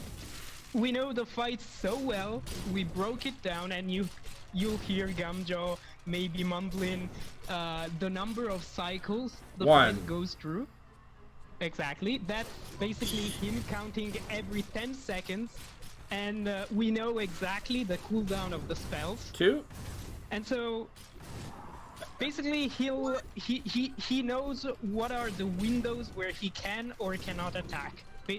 For instance, every 70 seconds there's a completely free 10-second window where he can just attack him freely. Whereas every 17 seconds he will drop the freeze spell. Every 23 seconds he will do stop that saying numbers, please. Okay. Oh no! So that's one of my windows. 5. Okay, we're on 6. This is dangerous. And so the reason it's so hard, it's because of his HP. It has like 157,675 HP. And so it's a bit of a rough fight. 8. I think Gumjaw is probably the person who's most comfortable with it. Actually, Lugo studied all the cycles. I confirmed them by looking into the game files and checking the various cooldowns, but that's another story. Yeah, the reason is we fight it now instead of like in an hour or two is because we actually want what is in that monster chest. Okay, he's off cycle somehow. Oh boy, did you freeze spot him for some reason? Possibly. I think the AI freeze pot him. That's fine. All right. Yeah, that can separate the cooldown of the attacks, which are the little orbs, from the Flamepurr. They have the same cooldown, but since the freeze spell spell actually slows attack speed, it can actually throw it off cycle. The freeze ball slows the attack speed, but it doesn't slow the magic casting speed. Yeah, exactly. That's why it's kind of off cycle right now. Interesting. We're gonna die. Oh my god, we're gonna die. No, you're gonna do it, man. You're almost there. Okay, I need to... Backup strats. I need to get... Oh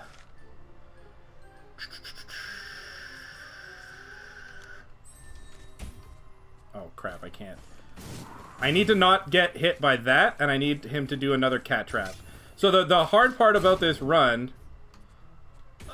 please. No! Stop casting things! It's not so much. It's the fact that the tornado and cat trap comes out of nowhere. So we have no time to react to them. So when he does use it, it's very easy for us to just die. So we're gonna do some backup strats here. I'm gonna do this. We're gonna do this. We're gonna go here. We're gonna do this. We're gonna do that. Because he's low enough that I think we can get away with this. Yep. I think so. Like, it shouldn't take much. Whoa! This fight is so sketchy. It has so much damage, so much HP. Well, he's a. I know he's got like a sliver left, but I'm trying not to die to the cat trap that he's gonna eventually drop. Okay. Okay, this should be good. Please die. Okay. Alright, improvise backup strats. So normally what happens is we have his entire pattern scripted, like written down, and we can keep track of it. But because the AI used the ice spell on him, it slows casting speeds, which completely offset his attack pattern, and that's why we had to go to what we just did there. So that's a little awkward. I'm gonna make a mental note to unequip the freeze paw. Yeah. That's the first time that's ever happened, and I've done that fight, I don't know, a good, like, dozens of times by now. Oh, I should actually start this. So the item we got for killing him is a melee weapon that gives us plus 75% physical damage. So it's going to essentially scale with us as we level up. Every time we level up, we're going to get a little bit more magic, or a little bit more melee attack. And we're going to use that, or that melee attack will get added into the calculations there. So that's really strong to get so early. And it means also we don't have to invest money into it, into any other weapons. And it will become better and better as the game goes on. As you level up, Yeah, so here's a dragon. I'm impressed you did it, man. Wow. Level 54, jeez. So this part's a little rough because we want to kill that little guy on the side, but the dragon is pulling our auto attack. Right. Okay, there we go. We fix this in the next update. Awesome. Alright, and there we go. Okay, that is the only instance in the entire game where you need a ranged weapon. Fun fact. Well, you can freeze ball them, but that would take forever. Yeah, where you can't walk up and punch them.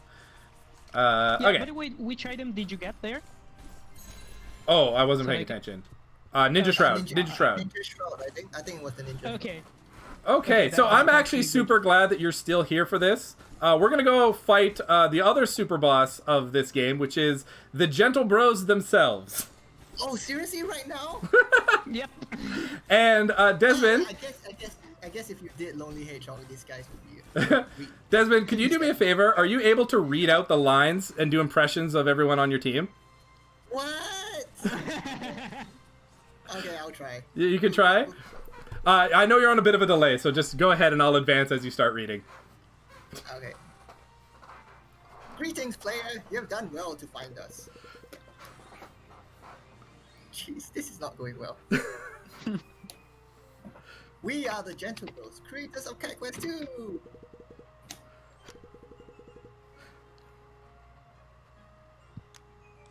Don't believe us? Allow me to prove it to you. I shall create for you the easiest quest you'll ever see. And that is literally Desmond himself in the game. Oh no, I don't want to do the rest, man. Oh, come on. Okay, you don't have to. You don't have to. Don't worry. Yeah. So they're basically trying to prove that they are actually the devs of the game. And they're like, hey, accept this quest and we'll delete all your save data. And so you accept it and the screen goes black for a bit. And they're like, we applaud your bravery. So it's really funny. We had actually people email us about this, you know, like asking us like, does it really delete my saves? So that was very cool. So Shaz, the one that was gonna delete your save, she's the other writer of the game. So she's the one that did all the side quests. Yeah. And then I think this should be DX. I think he's Yeah, DX. He's unfortunately he isn't with us anymore because of various reasons. But he used to be a programmer as well. Yeah. And the last one is Leon, who is actually one of the other co-founders of the company as well. So he's our head programmer. Awesome. So yeah. And so he challenges us and he says, okay, you don't believe us? We're going to fight you then. And, you know... we fight them. You know, we fight them. You know what we have to say to that? Gravel Rough Celestial. So... Oh, they managed to escape! They got out! They're free! Quick, back up! Oh my god, okay. The other notable thing about this fight is the boundaries. They don't show you where the boundaries are. So the first time you play this, you will probably die just because you go into the boundaries when you're trying to run away. Time you play it. But yeah. I still cannot have a measure of where they are until I just smack my face into them. So, if you time that initial Celestial well, you can just kill them all. They do, enemies that have a roll, which these guys do, will, also, fun fact, DX is here at the start, but when he talks to you at the end, it zooms in on him, but Desmond talks. What? Yeah. Yeah. Yeah. Huh. There you go. I will have to check that. So they give us a key to another dungeon where we can go and get the golden key, which will unlock all those golden chests that you see hanging around. Oh, but you gotta fight the... Oh, I shan't spoil it. Yeah, we're gonna... So, actually, we're gonna do a pit stop at these ruins, real quick. Just along the way. And, as I was saying about the enemies that roll... oops, let me equip my weapon again. Enemies that roll, when you have them in Gravel Rough, it's like their roll will buffer, almost. So as soon as the Gravel Rough wears off, they'll roll away. So the Gentlebros roll, as I'm sure they do around their office all the time. That's their primary mode of transportation. That's how I get it wrong. Yeah. So as soon as if you don't time the Gravel Rough good enough, they'll all roll out like you saw them as soon as it's done, and they'll get out of that Celestial. We'll see that come into play one more time with the Lioner, with the super refight of Lioner at the very end of this run. Now the zero version. Zero Lioner. Exactly. Oops, I'll just do it out here because it'll be quicker. Bro, your flame is so strong you can kill a Firefox with flame. Yeah, they're supposed to resist it. Yeah, they're supposed to resist it. What? So this is a shout out to the first game.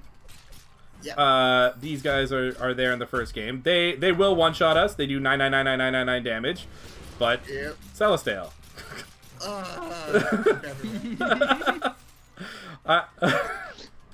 There's gonna be a patch dropping right after this run that just Celestial has been removed from the game. We found a bug that we couldn't fix. No, you weren't supposed to get Celestial so early, man. That's the problem. That's the real. All right, so we could skip this, but whatever. I'll get it anyway. Yeah. Okay. I was like, you can skip this. So also, Desmond, why is this the only golden chest that drops a common item? Oh, okay. To us, the Crimson Helm isn't quote-unquote common item. I know the game shows it as such, but we have our own internal like identifying system, and the Crimson Helm is actually it's one tier above common. Yeah. Interesting. Us, yeah. So we're doing. We have a weird way of classifying items. Yeah. Sorry. Yeah. Go ahead. No. Go ahead. No. I was done. Oh. So this side quest that we're just starting here is like a Naruto-based sort of side quest. Oh, right. The ninja one, right?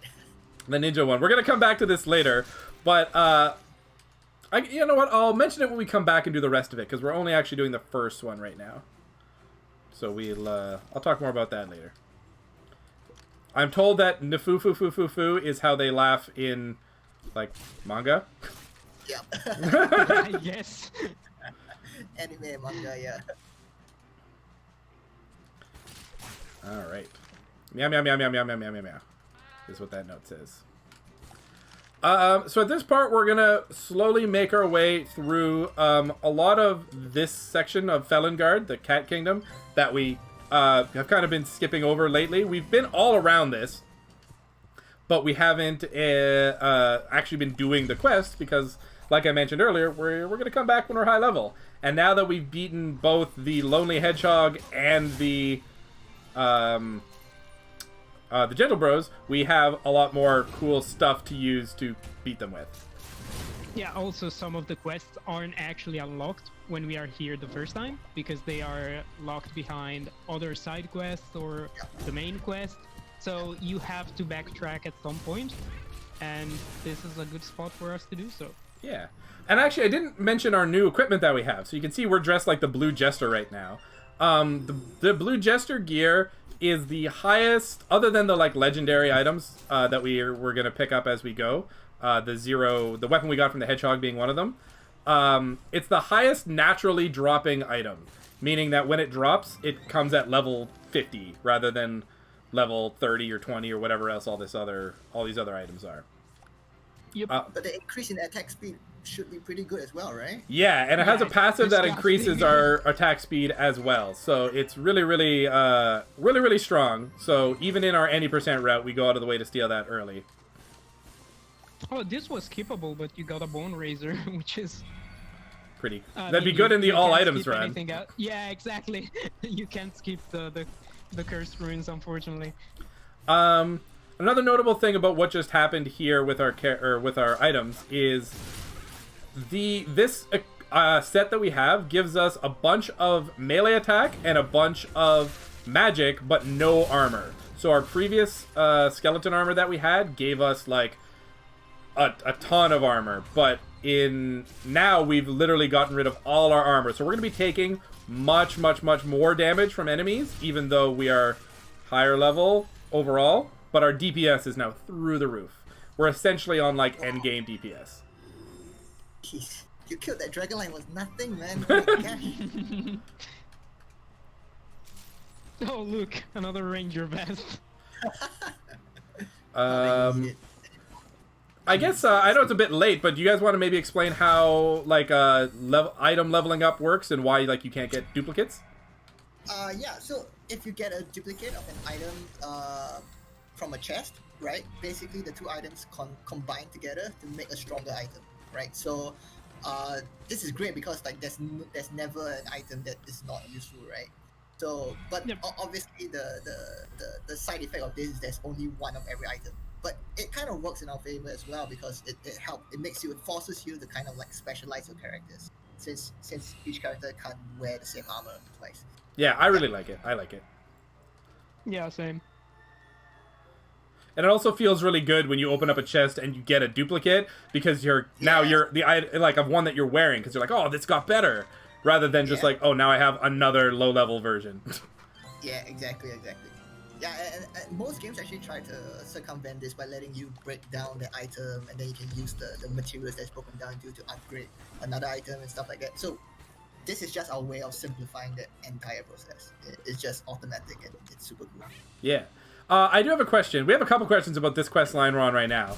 So my question is, what's happening on my screen right now is we're sent to go get some components by the Spirit of the Lake. And she says, hey, you need to go to Kit Kat to get a sword hilt or whatever it is. But instead of walking there, she teleports us there. And we do the thing with Kit Kat, and then she teleports us back. Was that always like that? Or did you guys realize that if people did this before water walking, they'd have to like go all the way around? Yes, this is exactly because of that. Because if you don't have water walking, you can't cross this one river, and you have to walk the entire way around, right? So we kind of thought that might be a little annoying for players, so we just decided to teleport them. Yeah. Cool. Yep. And then the other question I think Kura had. Yeah, I looking through the game files as always, as it's normal. I found out this quest line is called the Moody Lake. Is that a reference to the Lady of the Lake, or something like that? Yes, it was.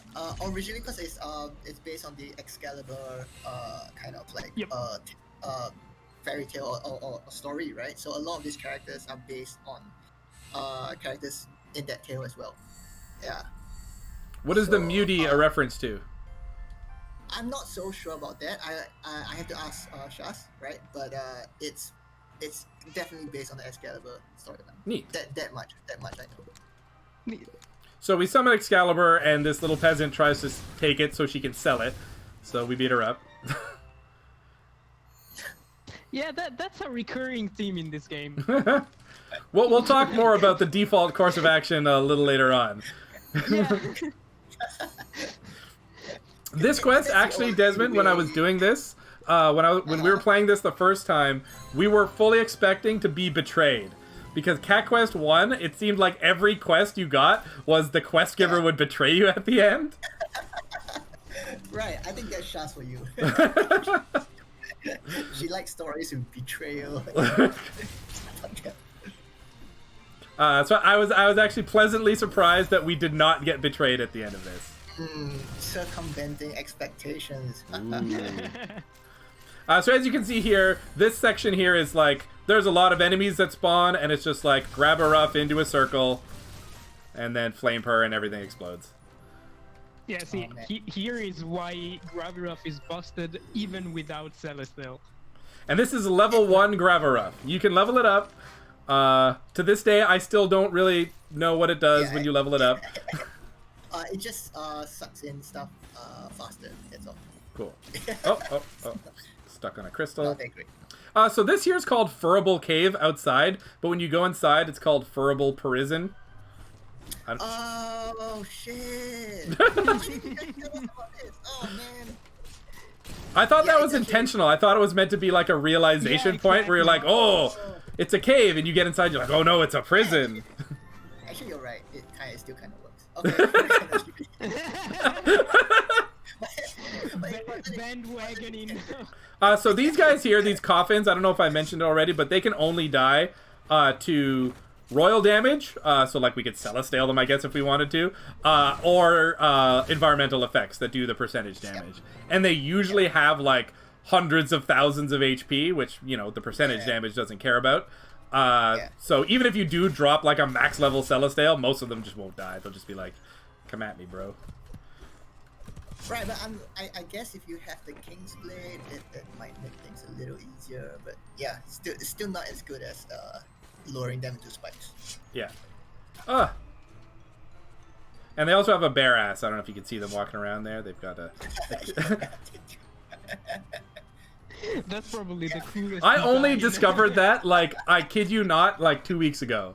I've been running this game like hours and hours and hours and hours and hours. But, yeah. Second Ninja Shroud. Okay, we definitely have Ninja Shroud.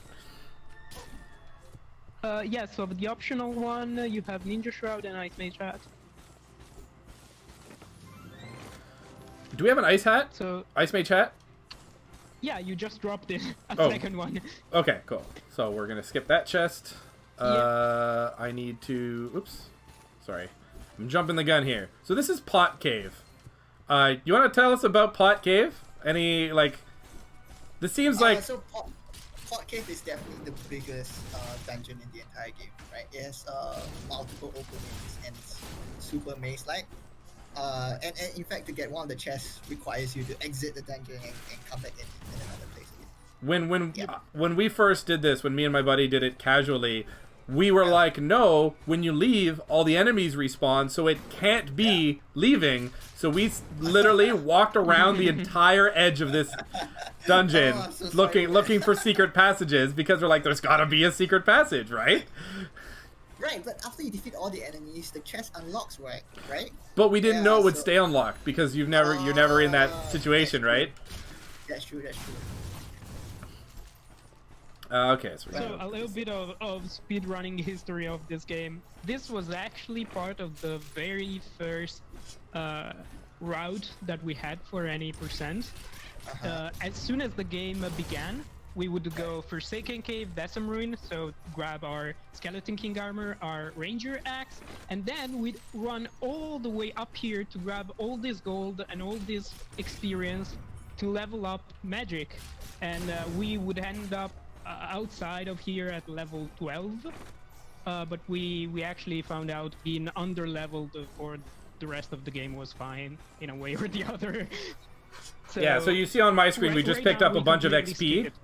So there's XP in chests, there's a bunch of money in chests, and they're conveniently at the end of these long corridors, so even if you come here at level, like, 2, you can easily just go get them. And don't have to worry about all the enemies. Right, That but was a cool route. internally we hate testing this cave because it's just so long. Externally, we hate running this cave because it's just so long. Damn, we should.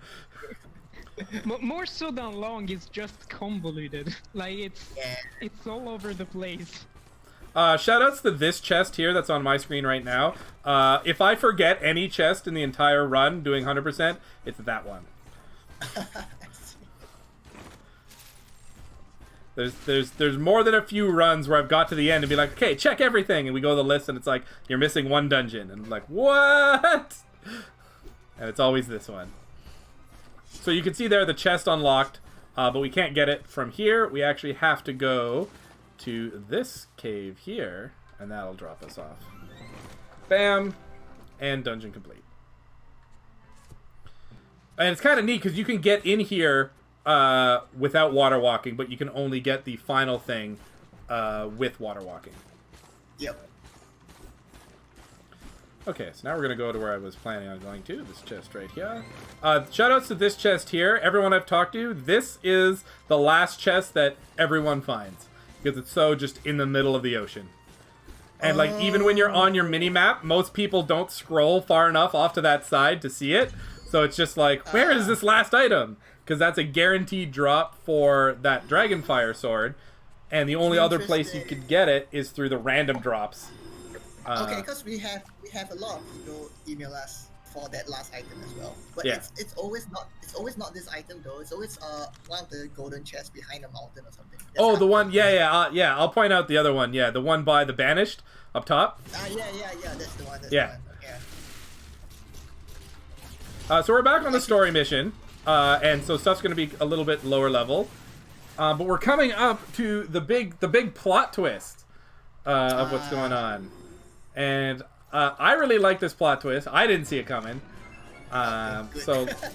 So let me just get in there, and then we'll let Desmond talk about it. So we just got our final shard. We have all 3 shards of the King's Blade, and we're like, yeah, let's go and meet up with Hotto Doggo and Kit Kat, and we'll put it all together. And in the middle of conversation, we get whisked away, and yeah, so we're in the 0 dimension on my screen, so you can feel free to talk about it.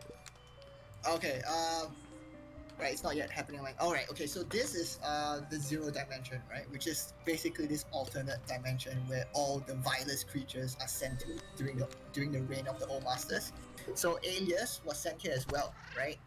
And it turns out that the twist is that Liner and Wolfen are actually you, right? They're actually your characters that have turned evil. And your characters were actually brought from another timeline by Kiri in order to fight these evil kings. Because, no one else in the world is able to stand up to them except themselves, right? So that's like the ultimate twist right now. Yeah. Yeah. Does Kiri know, like... one of the things that I just kind of assumed was that only the kings could use the King's Blade, and so it's like literally she could not get anyone else because they needed us. Exactly. Well, I mean, at first Kiri thought, if we had brought like the kings back, maybe the kings would have been able to be powerful enough to fight them. But as evident from the beginning, like you couldn't even put a scratch on Liner, right? So then we had to kind of like change plans, you have to get the King's Blade, and just nice, right? Only kings are able to use the King's Blade, so everything worked out well. Yeah. So another thing that happened in here is Alis took all the shards of the King's Blade. So in taking those shards, we just lost all our powers as well, including the power that we just got to walk on water. So feels bad. Now we're gonna beat up Dark Hotto and Dark Kit Kat, which are basically just like depression made manifest. Yeah. The zero dimension basically just takes all your innermost fears and manifests them into physical things. Ooh. Yeah. Oh, that's good to know. A nice thing. Yep. And so this is a little maze here, and everyone has their own fun experiences with this maze the first time they get here. I went right to the exit the first time, so I got a little bit of happiness when they're like, "Oh, go over here," and I'm like, "I know where that is." But yeah, so Kit Kat and Hotto Doggo kind of make up and agree to be friends again. The door opens, and we get deposited here on this island in the middle of nowhere without our ability to water walk. Now, we actually briefly came here on our way to go to the Gentlebros fight, but you can't do anything here until you get here via story. Oh, and fun fact for Desmond, if you walk to the left or right of Kit Kat, and not between them when you get on this island, you do not get the quest to talk to the... Yes. Yeah, okay. So actually another, one of the testers that we asked for the beta actually pointed this out. So we fixed this already. Oh, nice. Yeah. Okay. So these caves that we need to do, we just need to go in to prove that we are kingly in order to get access to this final cave. Right. And here... Actually, fun fact right here, like these 3 caves, right, were actually the very first caves we made for this game. Oh, wow. Oh. Yeah. That's cool. This starting area, right, the King's Paw Island, was actually where we intended the story to actually begin. Yeah, but due to lots of story changes, it's obviously not like that anymore. But this particular island that we're looking at right now was actually where the game was in a very early build where the story would start. Pretty cool, huh? Yeah, that's very cool.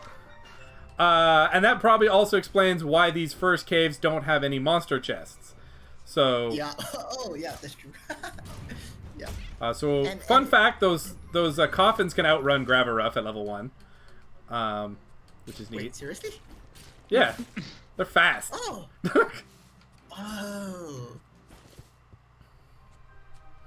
Oh. This section actually is quite difficult because of all the spikes.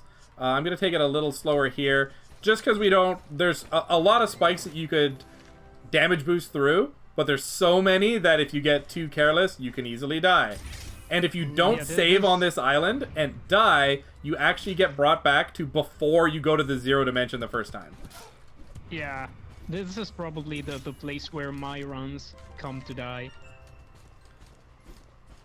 So I'm just curious, when you guys die in a run, does it still add to the total time, or is it paused or something? No, if we die, usually that's the end of the run. Like, if we get an actual game over, we just be like, oh, rip, done. Wow, seriously? Oh, yep. Okay, wow. I mean, if it is unintentional, like at the beginning we died intentionally, that's part of our plan, and the clock continues going forward. It doesn't stop. So when you're first starting this game, right, and you've never done a run, obviously you finish it even though you've died, because, you know, a time is better than no time. But after you, have a deathless run, now only deathless runs count. Do you want to tell us a little bit about what we just did there in that tomb? Right, so now that you've lost all your royal powers because you've lost your shards, right, basically you're just trying to get all your powers back, and you're doing this by going to all the various tombs of the first kings, right?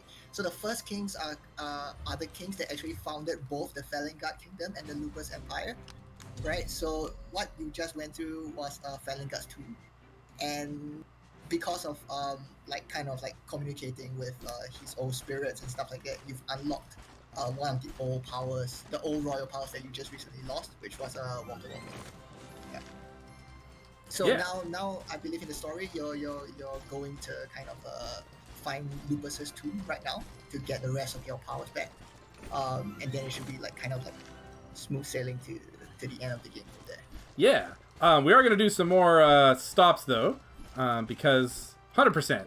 So shoutouts to this talking bush. Okay. I was suspicious of this bush as soon as I started talking to it because of the first game. Yes, Yeah, the talking bush. And then you guys swerve us, and it turns out to, instead of being a dragon, it's James Bond. So, This is actually expectations. yeah, this is actually my favorite quest name in the game, in the files, which is Robin Bush.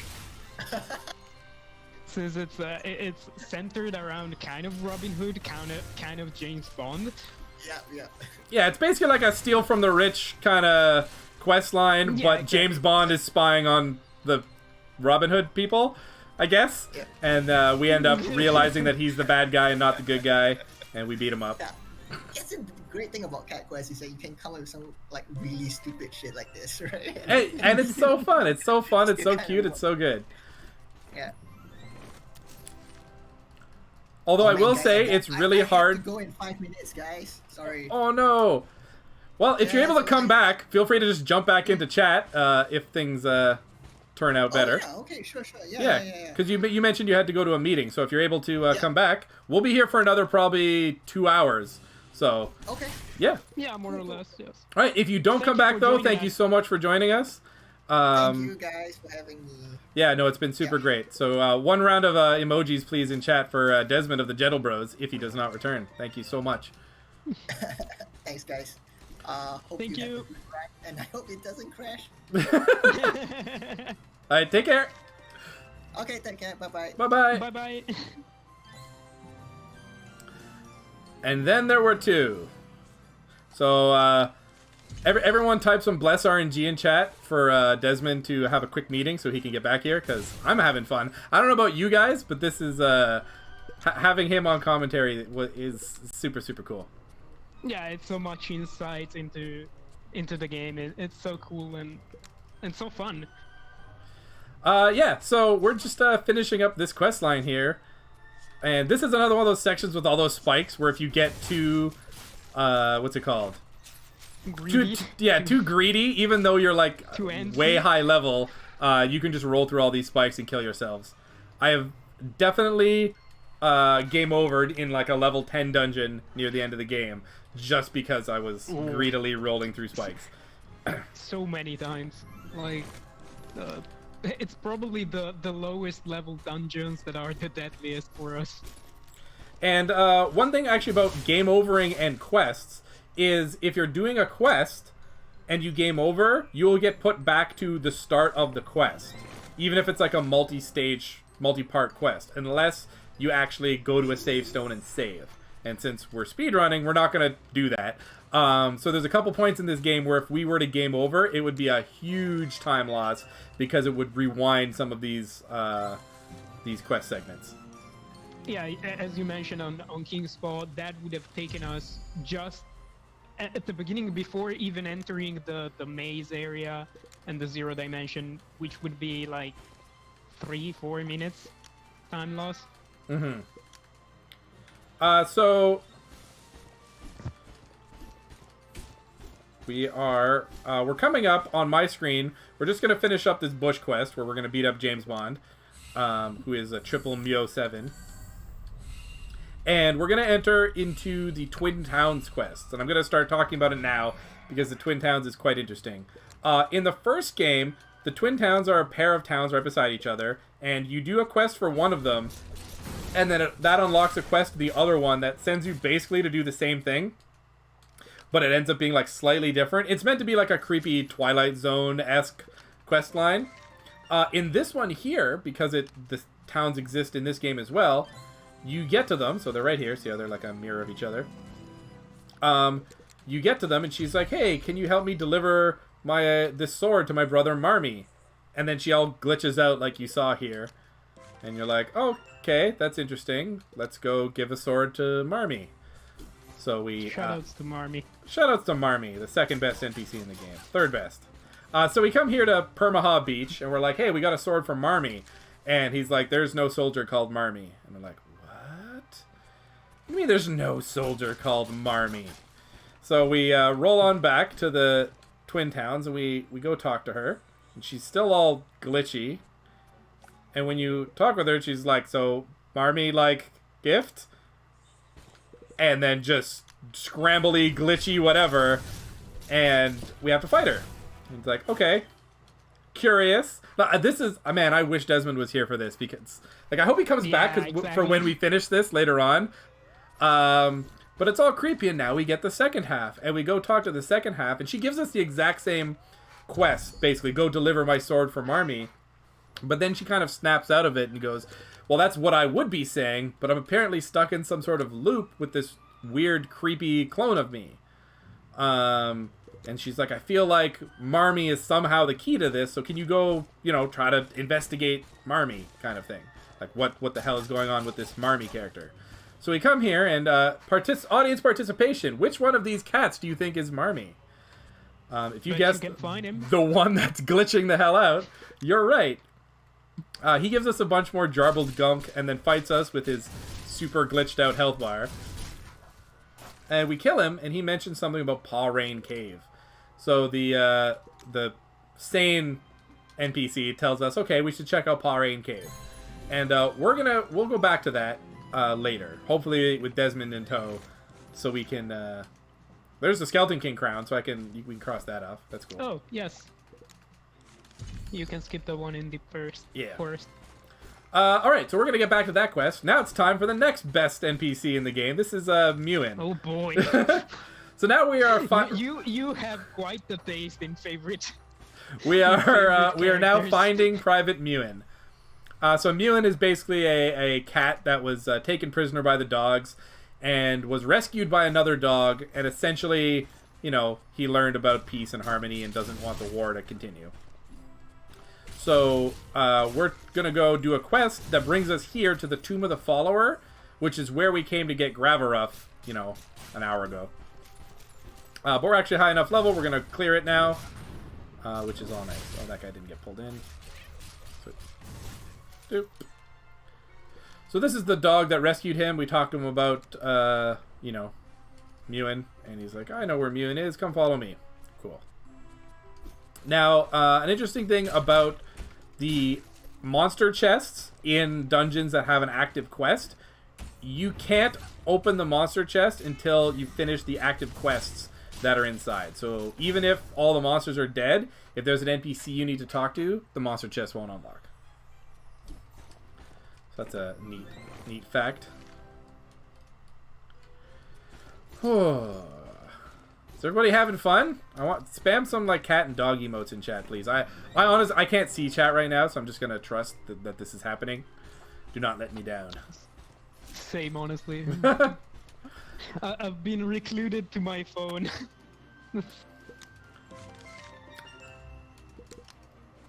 So before we continue with Muin, we're just gonna dip into some more of these ruins here, and once again, we're just kind of going through, cleaning up a lot of the storyline. In the main story, we only have a few steps left to do. So there's not going to be a whole lot of main story until we get through a lot of this kind of trash quests. Yeah, right now it's basically cleanup duty on all the side quests we left open or we have in the way. And we have our final equipment, so this is what we're going to be using until... Oh, no, we don't. We actually don't. Never mind. I lied. We have the majority of our equipment. We're going to equip the some legendary weapons once we get to them, but they are in some of the more final areas of the game, including 2 of the like final boss refight kind of sections, where you go to the 0 dimension and you basically do like a super hard refight with Liner and Wolfen. But we'll talk about that when we get there. We are looking good as far as item goes. Okay. We're on Decent track. a good pace. Yep. We're missing only one of the optionals. Okay, nice. Actually, do you want to maybe talk about that? What you're referring to right now? Okay, yes. So the game has 101 items. It's like 30 hats, 34 armors, and 37 between weapons and magic weapons. As we said and touched upon earlier, some of these items are set drops somewhere in the world, whether it's from a quest or a chest. And 4 of these items have the set drop in the most random of the chests, which are in the middle of the sea.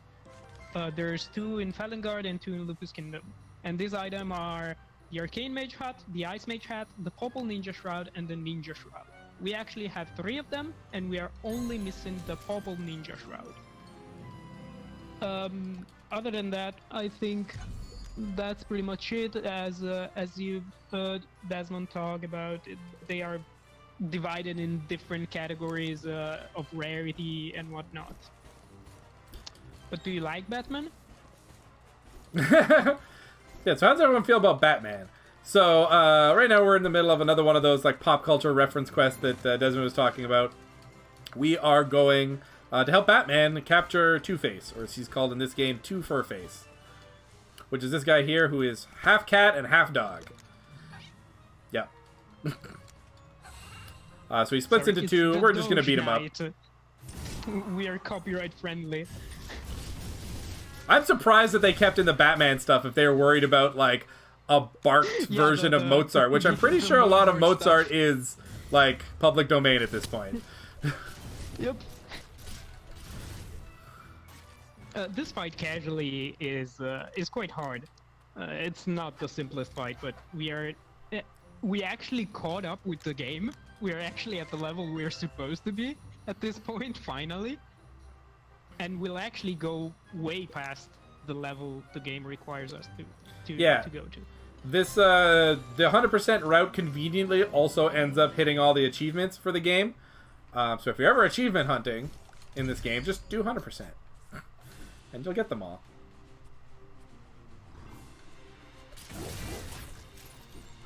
This is one of those dungeons where having Furry Shield up here is very useful, because I can walk into these and only take 1 damage, but the enemies will get hit and get chunked. So we can actually do a little effort to, you know, fight in and around them or try to push them into the balls and not worry about, you know, getting chunked as much. I just realized in this fight that it's a cat skeleton king and a dog skeleton king. Yes, skeletons actually are differentiated between the two empires, not only in what they look like, because some are actually cat skeletons and some are dog skeletons, but actually they do different stuff. Interesting. Yeah, I did not realize that the skeleton kings were differentiated. I just thought they were just skeleton kings. That's super cool. Like the skeleton mages actually do very different stuff. Yeah, I think the skeleton kings do the same. Yeah. Okay, so now if you're familiar with Cat Quest 1, we're going to go pull into the Cat Quest 1 lore. Because the main bad guy of Cat Quest 1 was Dracoth, an evil dragon blood cat. And here we have these 2 little rooms that just have keys in them. Dracoth's first key and Dracoth's second key. And I really like how they did this. The key that is more easily noticeable, that's kind of like in the open, is actually called Dracoth's second key. So like you find it and you're like, oh, this must mean there's a first key somewhere, right? Yep. I mean, if you picked up the one that said first, you know, you could logically be like, well, if there's a first, there's a second. But still, I felt that one thing kind of hammered it on the head a little bit more. Hey, Dragonfrost. Okay, we can skip that other chest. Oh, that's actually good. So now we're just doing more side quests. This one we could do, like, as soon as we get through the wall in the Lupus Kingdom. This is just about more on the topic where you see the populace of the Cat Kingdom and the Dog Empire they're not really on board with the war. Right, so this is a family of dogs that has a foster cat as a child. And one of the other children is essentially kind of not in favor of all the trouble that this adopted cat is causing with the dog army. So he's trying to get that little cat to like go back to the Cat Kingdom and you know, so their family can live in peace. So much so that they bring in monsters. Yes. And then the army.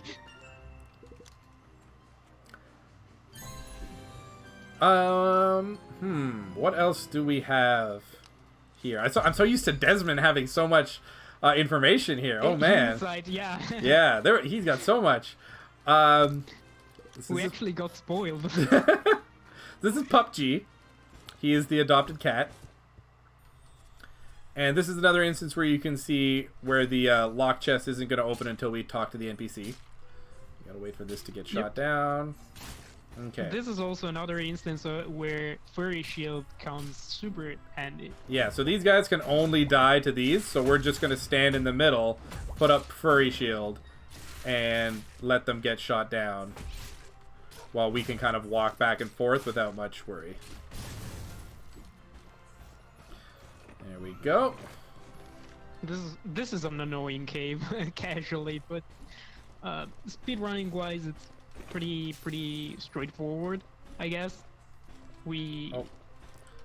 The thing I just explained. Gotta talk to PUBG first. So you can see he'll leave, and then we'll get the cutscene where the skeleton chest opens.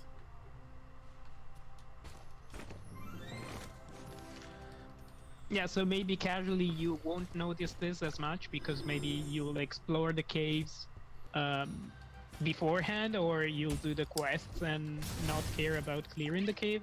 Whereas here, where we actually do we ever go back into the same cave twice? Yeah, we go. We'll do it actually soon once we get to the Banished.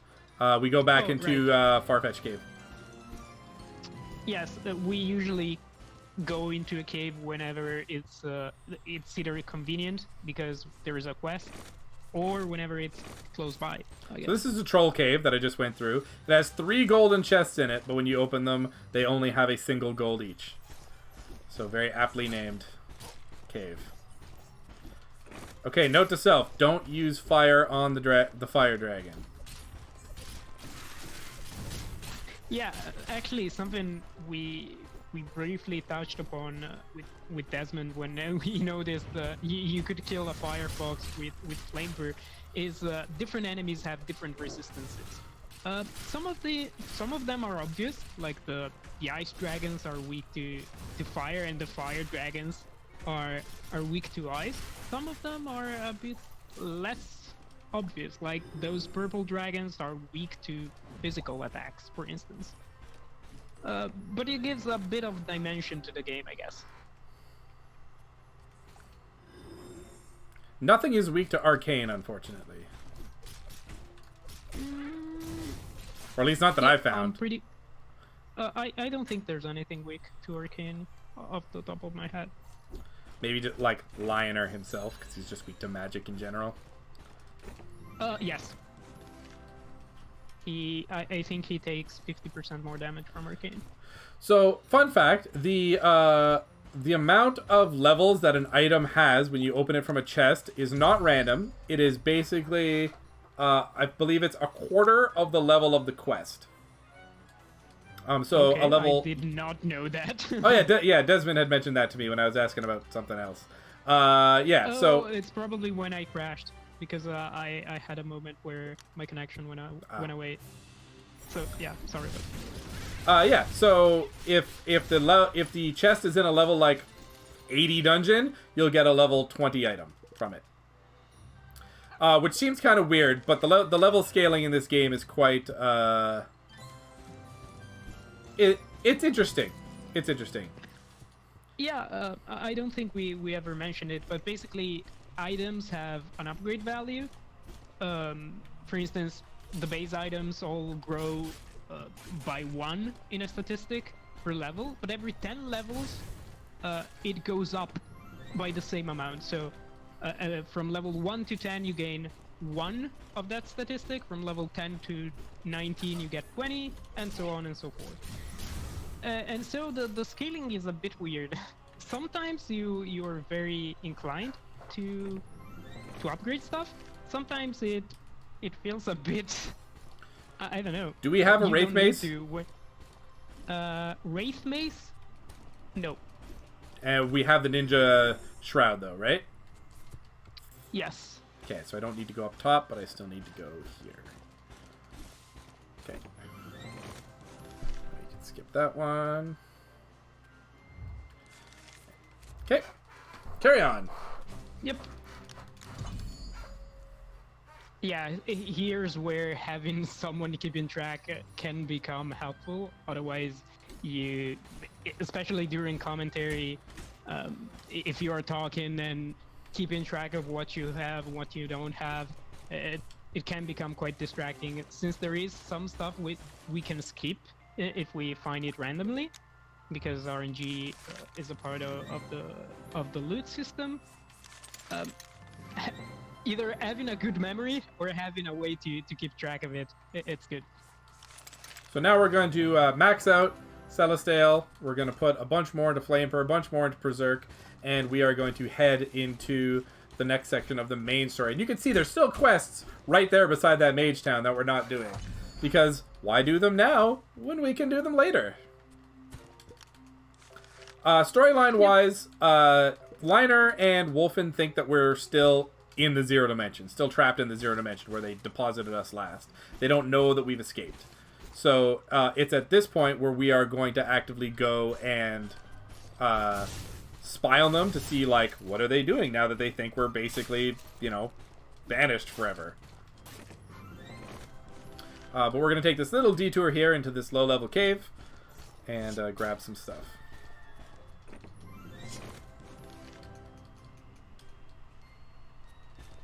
Notably, this is one of the few caves where you see soldiers as enemies, rather than just, like, quest NPCs or quest enemies. Yeah, usually you see them, like, in Wolfhauser Trial, we'll see them later, but always as, like, underlings of the big bosses. Whereas here, it's just random enemies in a cave. Alright, and there's Kiri, so we're going to spy on Liner here. And Liner and Wolfen, even though they're working for the same guy, they still hate each other. So Liner is planning on invading Wolfen, and he's going to take a special back route through the Zero Dimension to get to Wolfen. And now we're going to teleport all the way to Wolfen and see what he's doing. And Wolfen is going to say that he's expecting Liner to attack through the Zero Dimension, and he's going to set up an ambush. He also drops some information about Lupus's tomb, which is the first Dog King. So, like how we got our water walking back from the first Cat King, or his tomb at least, we're going to do the same thing here with the first Dog King, and maybe we'll get some more of our powers back.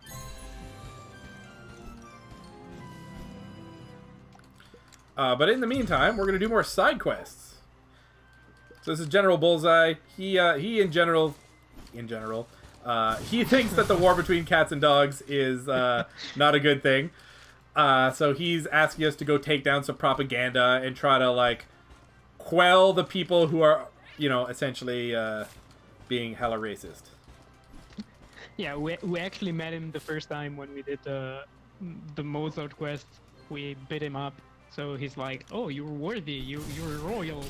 You're kings. Help me." Oh, this is not going great. So,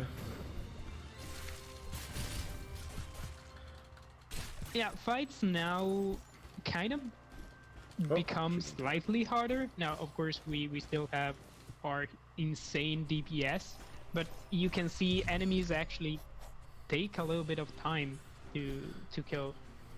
And you're going to see here specifically with these flying fish, this shield, the tornado effect that you've seen. I don't know if we've touched on it, but you can't attack when you're in that. It's literally just a, like, oh, I keep rolling into these shots. Okay, I'm going to put up a shield.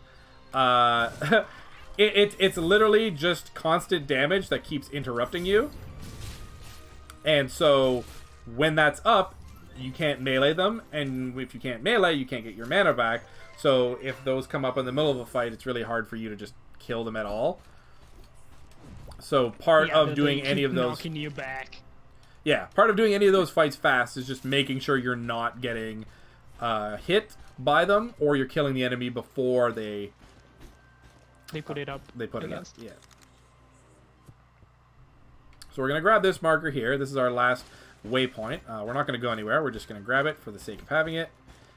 And we are gonna head down back to General. What's his name? General Bullseye. Bullseye. Yeah. Also, cool thing you can see here, but we've seen all throughout the run, is sometimes we start a quest and within it we touch base on places we have to go. Like we just went in those ruins within the quest, so we were still in the middle of the quest, and since it was on our way, we decided to clear it. And it's a nice way to optimize the route. That's one of those examples, I guess I was talking to you, or I was mentioning earlier, where like, if we happen to game over in those ruins, we'd have to do the first half of the Bullseye quest again, just because we decided to take that detour. So it's very important that we make sure we don't die. Like, I mean, you know, as a general rule of thumb, don't die, but even more so right there. That sounds like pretty solid life advice, I guess. Yeah. Well, even like if you're looking at this run now, this is a 3.5 hour run. There's gonna be problems. You're gonna die. We haven't got to the point where it's so refined where you have to do everything perfect. So, you know, deaths are expected. All right. Yeah. Shoutouts to all the HP Lovecraft fans, because it's time to fight another big super boss. We're gonna go beat up Cthulhu, who's in the middle of the ocean. And I'll give you no money if you can guess how we're going to defeat him. So there's Cthulhu. That's not a hard guess, I guess. And we're going to pull these in. And I'm actually going to switch my weapon on Cat right now, just so we can do this. Because Cthulhu actually doesn't die to a single Celestial. That is how brutally strong Cthulhu is. So there we go. Yeah, it's one of those fights people don't like. I love it. I enjoy fighting him normally. It's a little frustrating because there's so much going on and there's so many AoEs. It's very possible for when one of your enemy or one of your dogs or cat or whoever dies, that the other one will be in the middle of an AoE and just also die. And that's very kind of salt-inducing. But when that doesn't happen, it's a cool fight because of how tough it is. And like each tentacle attacks independently, and there's all those like stars where they kind of, it shoots out these stars that move out slow and then like accelerate to like Mach 300. Yeah, there's very few enemies that use them as an attack, and the other similar thing we'll see in the final boss, where those will be one of those. They will be purple balls. They won't be those stars, and those have an insane acceleration and fly super fast. So here we are at level like, I don't know, 20 cave. Just going through, clearing it out. Yeah, one thing we didn't mention about Cthulhu, each big boss defends like one of those legendary pieces of equipment. Cthulhu has the body, which basically does the same as our weapon, but it increases our health. Yeah, they all give plus 75% to one stat. So the one we got from the Lonely Hedgehog gave plus 75% attack.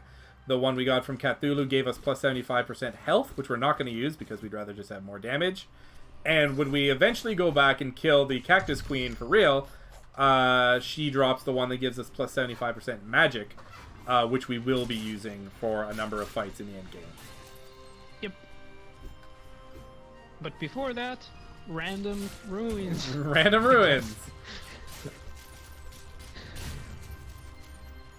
Unfortunately, when there's so much content in the game, at some point there will be a bit of a lull time, a bit of a downtime, which is also good, because if you didn't have it, it would be a crazy run. I just realized this ruin had a cat skeleton king and dog side skeletons. Did it? Okay, that's weird. I don't. I might be crazy, but I could have swore that was a cat skeleton. I'm just looking for it now. No, it's very much possible. I almost never pay attention to them. So we're back on the main storyline now, and this is where Hado Doggo is basically like, "Oh, you want to go to Lupus's tomb? Well, it's over there, and here's the key. Have fun." So there's literally no fighting we need to do for this. It's literally just go get there and check it out. Casually, it's surrounded by brambles, so you have to find your way inside. But we know that you just need to go through here, and that's it. Now we're not going to clear this out now because we are going to come back through it. So we're just going to go straight there now and clear it on the way out. Yep. And I missed Dragon Void, actually. Remind me to pick up Dragon Void after this. Yes. Make a note. We can see if we can RNG into it. Oh boy. Yeah, so we talk to this dog statue and we get all of our kingly powers back. It basically says, like, it's not what you can take, but what you can give. And we're like, oh, that's mighty inspiring. Mighty knowledge. Yeah. Do you really wanna RNG it? No. Because it's a bit out of the way. Remind me when we go fight the hat. Okay. I think that's the best time to go back and get it. Ugh. Okay, hold on.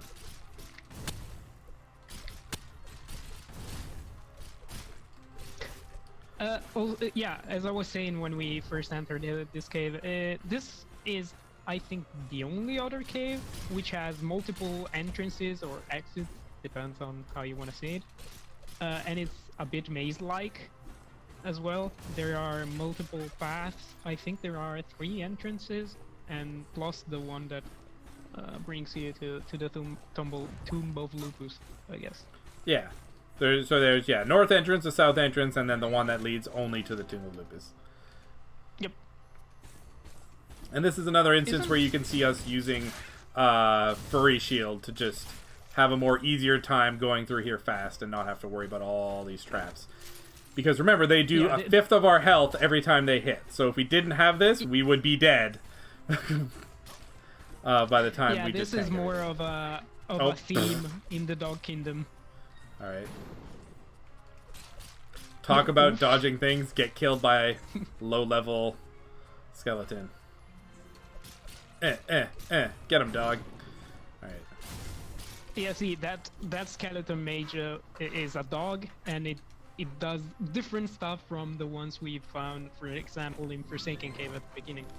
That's the differences I was mentioning between skeleton races, I guess. Yeah. Animals. Okay, you know what? Just so I don't forget it, let's go get it now. Yeah, go grab it. Right, so there we go. Tomb of Lupus. Okay, cool. That would have been a nice, like, a little betting game if you found it. So this is the Banished. This quest itself is a throwback to Cat Quest 1, where the whole premise was the Dragon Blood, and you were playing a Dragon Blood in that game. Here, this is the only time you hear any mention of Dragon Blood, and it is the highest level quest in the game that is legitimately like the level that it says. You know, like the Gentlebros quests, where it's just like, we're going to delete your save file. Those were technically, you know, level 99999, but the content themselves was not obviously that level. If you've seen me do these runs before, you'll know that there's also a staring contest that is level 100. It is not level 100. Alright. Cat's gonna go down again. That's fine. If there's no enemies on screen, you will automatically... your partner will automatically revive. Yeah. That's... Also, cacti tend to run away from you, so they can be annoying. Yeah, they're very annoying, especially when they're guarding an area, because you'll fight them, they'll run away, and then you'll try to, like, access the thing they're guarding, and then they'll come back, and you're just like, "Rah! I hate you." Alright, so all we need to do here is pick up this ball. So we're just gonna lure a couple enemies nearby.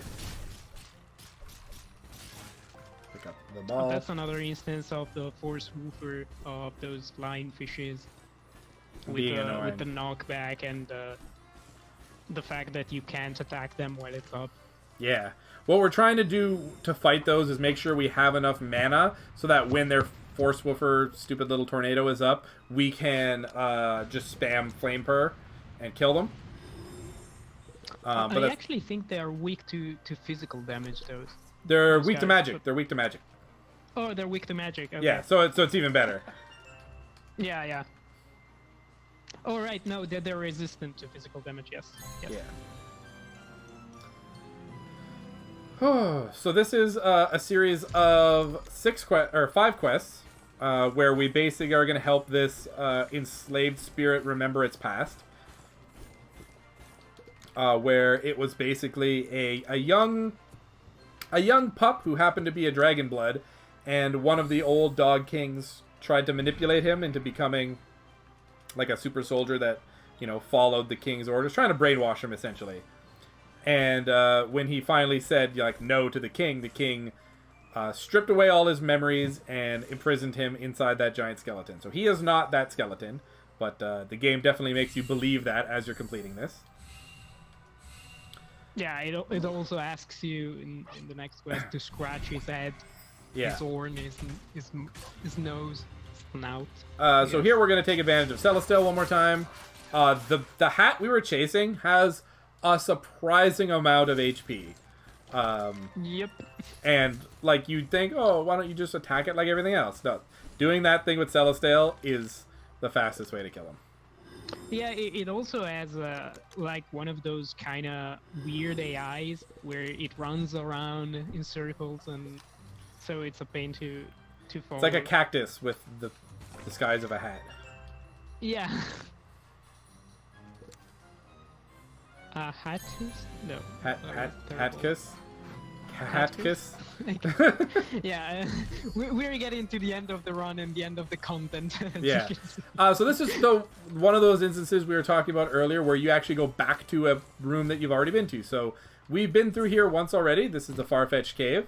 But we are being sent back here during this quest, which is why we didn't clear it the first time around, because why clear it before when you can clear it now when you're, level 90 or whatever we are.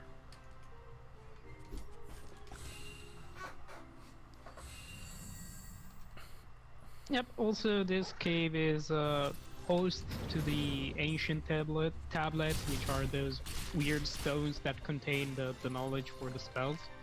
And incidentally, we were talking about Force Woofer a minute ago, and you unlock Force Woofer here, which we'll never get to use though. It's not a great spell. Yeah, Force Woofer is kind of weird. It doesn't work for us the same way it works for enemies. So enemies use it and stuff inside takes damage and can't attack.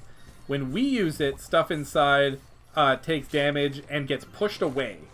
And so it also scales off your physical. Yeah, it scales off physical attack as well, which means if you're playing a mage character, it's not really great. It takes up one of your magic slots and doesn't really do damage. Yes, it pushes stuff away, but you have Graviruff, right? If you need crowd control, use Graviruff. And if you're a melee character, it pushes stuff away, which means you're gonna spend all your time chasing the enemies as they get pushed all around the place. So it's kind of, I call it Scornergy. Shout outs to anyone who plays War Machine. Which is basically like anti-synergy with itself. It's like you think it should work together, but it does the opposite, and it actually just doesn't. It actively works against itself. Yeah, the weird part is there are busted items, busted spells, which we abuse. Celestial, Graviruff, Flamper, and there's other that are just lackluster, even in casual playthrough. Heal Paw doesn't heal much at all. I guess Mana Paw, which is supposed to restore your mana, it's okay, but it takes a while. And so there are all these kind of meh spells in the mix. We definitely used Mana Paw, like me and my buddy in our casual playthrough. We definitely used Mana Paw and Heal Paw that was mostly just to make our own full health station, right? Yes. Which, you know, when you're playing casually and you don't know what's around the next corner, it's not good to just, you know, refill your health and mana. But from a speedrunner perspective, we know it's coming. We don't need to deal with it. So they are left in the menu.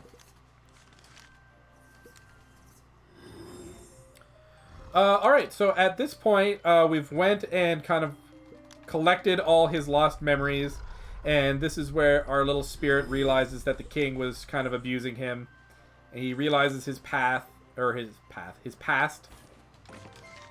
And because his whole childhood trauma was based around kings, when he finally comes to his senses, he realizes, oh wait, you guys are kings. Well, I don't like you either. I'm gonna try to kill you. In his, you know, blind, exiled spirit PTSD. rage. And to that we say, Celestial. So That's pretty much the recurring theme of the big fights that are supposed to be long and hard, where enemies spam spells and keep attacking you, and you're like, nah. yeah. And like normally in your casual playthrough, you will find Celestial very late in the game.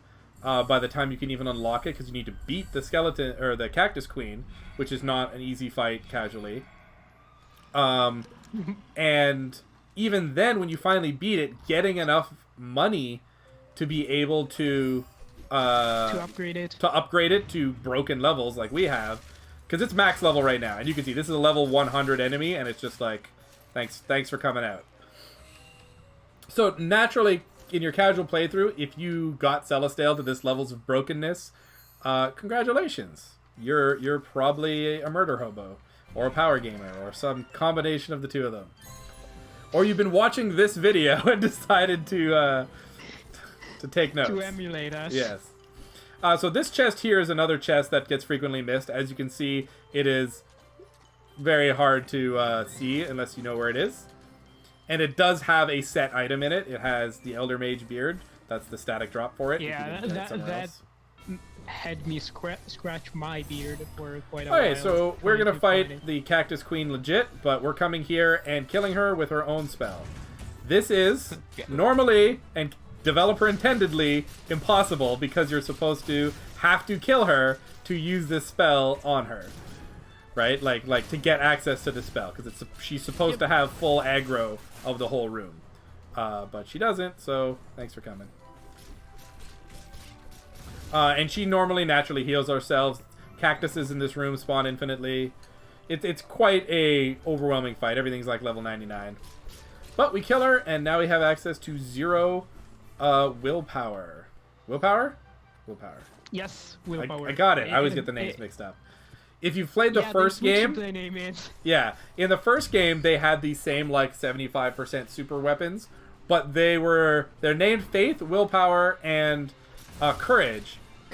And for whatever reason, when they went from Cat Quest 1 to Cat Quest 2, they changed the names around so that like the magic one is not called Faith anymore; it's called Willpower, and the melee one is now called Faith instead of the magic one being called Faith.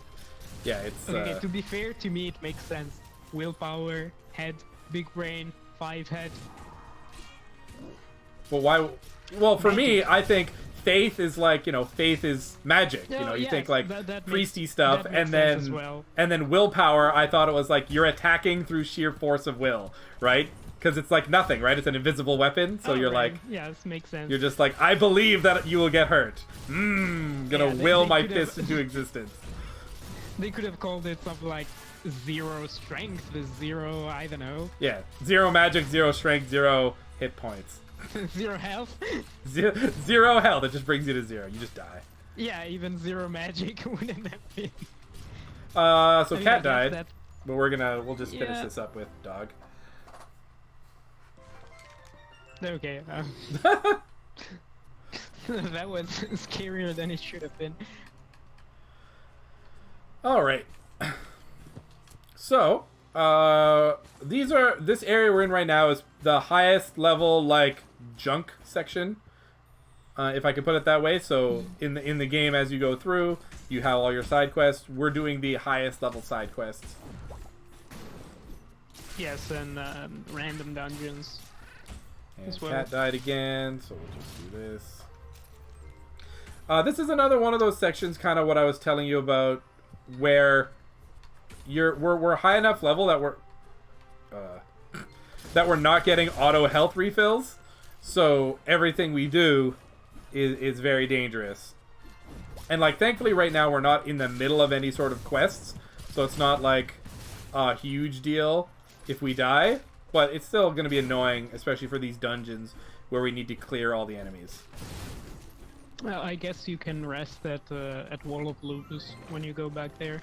Yeah, we're Probably the going most back to convenient some lower stuff after this. We're gonna go do Kit Kat's the Potamid armor and whatnot. This is the last high level one for now. Yep. Brilliant map design on this one. Big swirl. Yeah. This is one of those annoying ones, but it actually plays in your favor because you aggro the little slimes and they put up their shield immediately, so when you actually get to them, it's already on cooldown. Yep. Alright, so now we're gonna do some more lower level quests. This is one of those really cool, like, fluff quests that there's no fighting, it's just you're talking to two NPCs going back and forth. It's kind of like world building quest, right? So this is a cat and a dog looking at each other from across the bridge, and they start off insulting each other, and then by the time it's all said and done, you know, they kind of admit that they actually, you know, care about each other, and not like they're not like Romeo and Juliet kind of thing, but more of just you know, hey, I enjoy hanging out with this cat and or dog, right? And there's lots of that throughout this. It's like you really realize that the kings are the ones who are keeping the communities divided more so than the people themselves. So Cat is gonna die it's a here. Story about friendship, mostly. Yeah. Friendship and Celestial. Friendship and Celestial. So there, basically, one of them falls asleep on the bridge, and some dragons show up, so we save them, and they're like, oh man, they're okay, cool, thanks.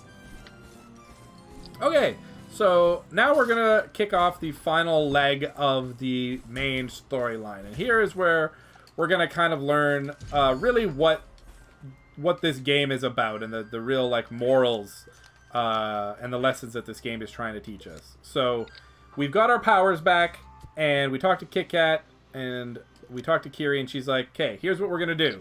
We're going to go to Liner and kill him. And then we're going to go to Wolfen and kill him.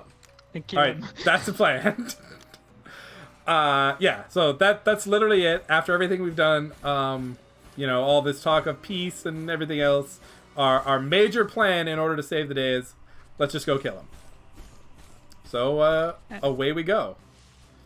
As I said, friendship and Celestial. Friendship and Celestial, yeah. There's a lot of times you'll see in the quests in this game where if people don't want to cooperate, they don't get to exist anymore. Be friends or die.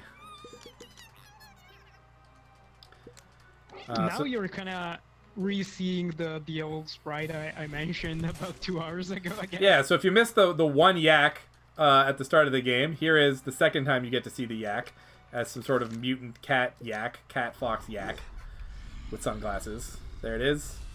And it's dead. Okay. You had to look closely. Okay, so And now this, we're gonna... This quest is actually super sad. The meat quest, the one that we just finished? Yeah.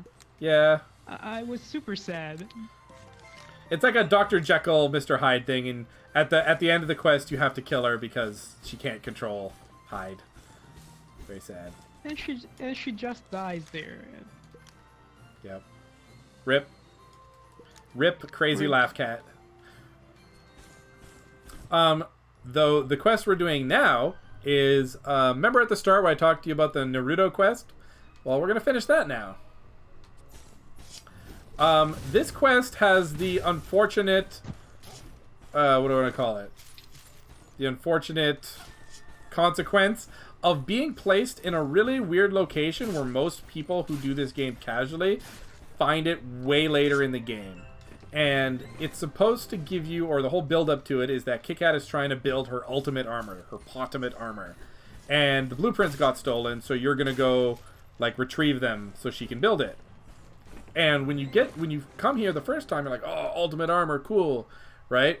But by the time you finish it, you realize this was meant to be like a level 15 quest, but you usually get here like now. Like, if you were playing this game casually, you would probably be getting to this quest level 90, just like what we're doing now. Because it's placed in this weird location that you cross it multiple times while you're doing other quests. And while you're doing other quests, existing quest markers won't pop up, right? So you never know that there's a quest there, but you've been through it enough that you know, oh, we've been here before. So you never go back to re-explore it.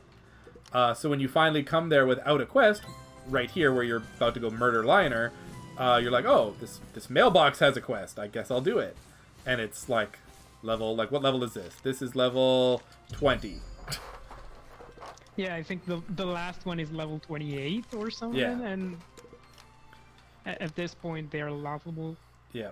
So we don't need to pick up Dragon Frost, which is in that gold chest. You can see it right at the top of the screen right now. Correct.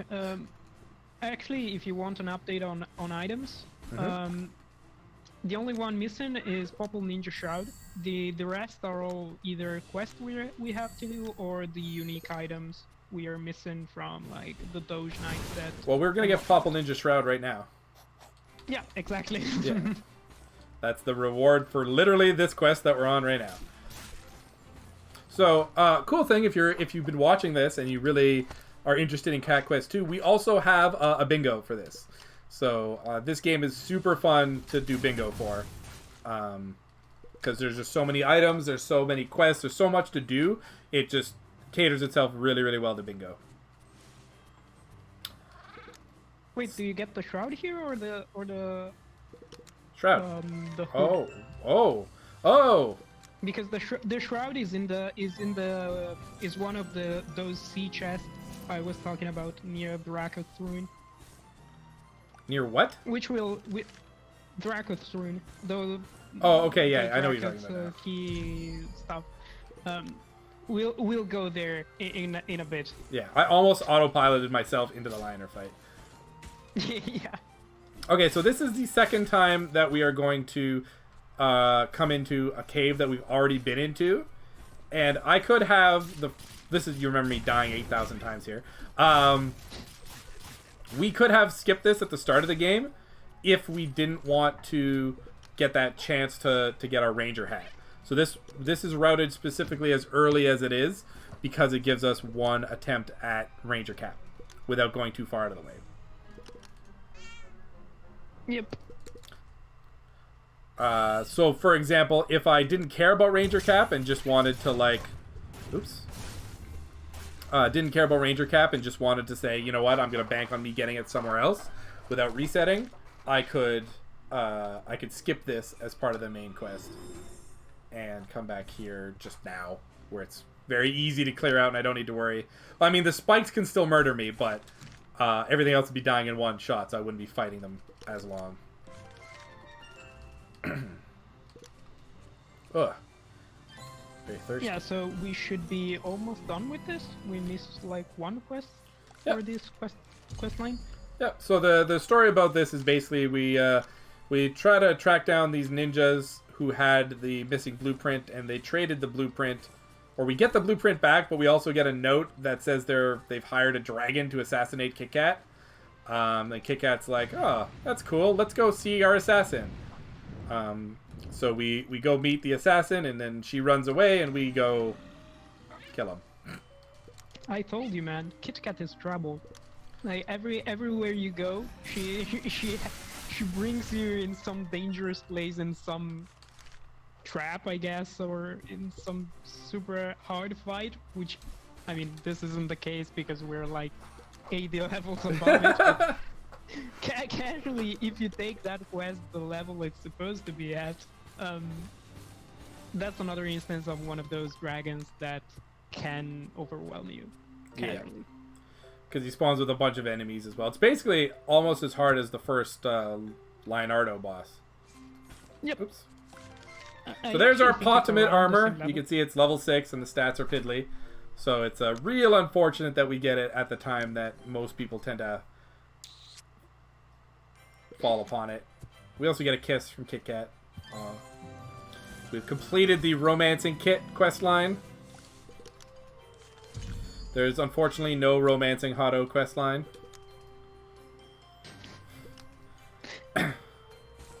Although, we know how that would turn out because he has legions of fangirls who would try to beat us up if we tried to do so. Like literal fan girl. We'll get to that in about 20 minutes, maybe. Yep. More or less. So this is more of the like story building quest stuff. This is a family of cats who's adopted a dog. The little pupper broke a sign and the guards are like, who broke this sign? And they're all trying to like not admit that they have a dog. And then they finally admit that they had a dog, and he's like, you know what? Just fix the sign. And they're just like, okay. And that's it. Very, very tolerant dog soldier, or cat soldier here. Yeah, you call this the lowest stake quest. Yeah, the lowest game. stakes. It's just literally a bunch of people arguing over a broken sign. Okay, so we're going to go beat up Lionel here. And I'm going to just do a little bit of management. Oh my god. Okay, so this. We are going to put on Faith for the first time. And we are going to take... Willpower. We are putting on the alias head mask. And we're going into Liner's domain. Now, this is another one of those we're only ever here once. So there are treasure chests in here, but we are not going to be taking any of them because they don't drop anything that doesn't drop anywhere else. And this is not a dungeon that gets checked off. Yep. Also, this fight would be a cool gang up fight where they try to overwhelm you with numbers. You're not gonna see that fight. But Celestia. Unfortunately. So, yeah. You fight Liner, and you fight this. Yeah. So, Liner is completely immune to physical damage in that fight, but he's weak to magic, and even more so with Celestia. And he just gets completely blown up. Little fun fact, when he takes his helmet off, he's not immune to physical damage anymore. He just resists it.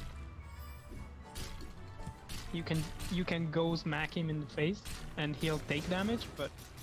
So here we're just going to kite him once again into a big Celestia, and that's the end of that one.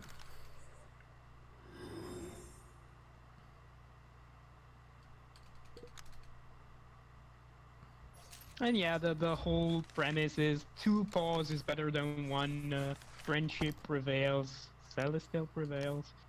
I just messed up. I gave the thing to the dog. Okay, hold on. It's so quiet.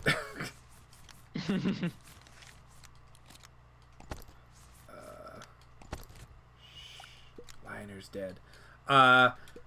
So here, Kiri says goodbye to Liner because, of course, you know, Kiri was their companion, Liner and Wolfen's companion, back when they were good kings like us.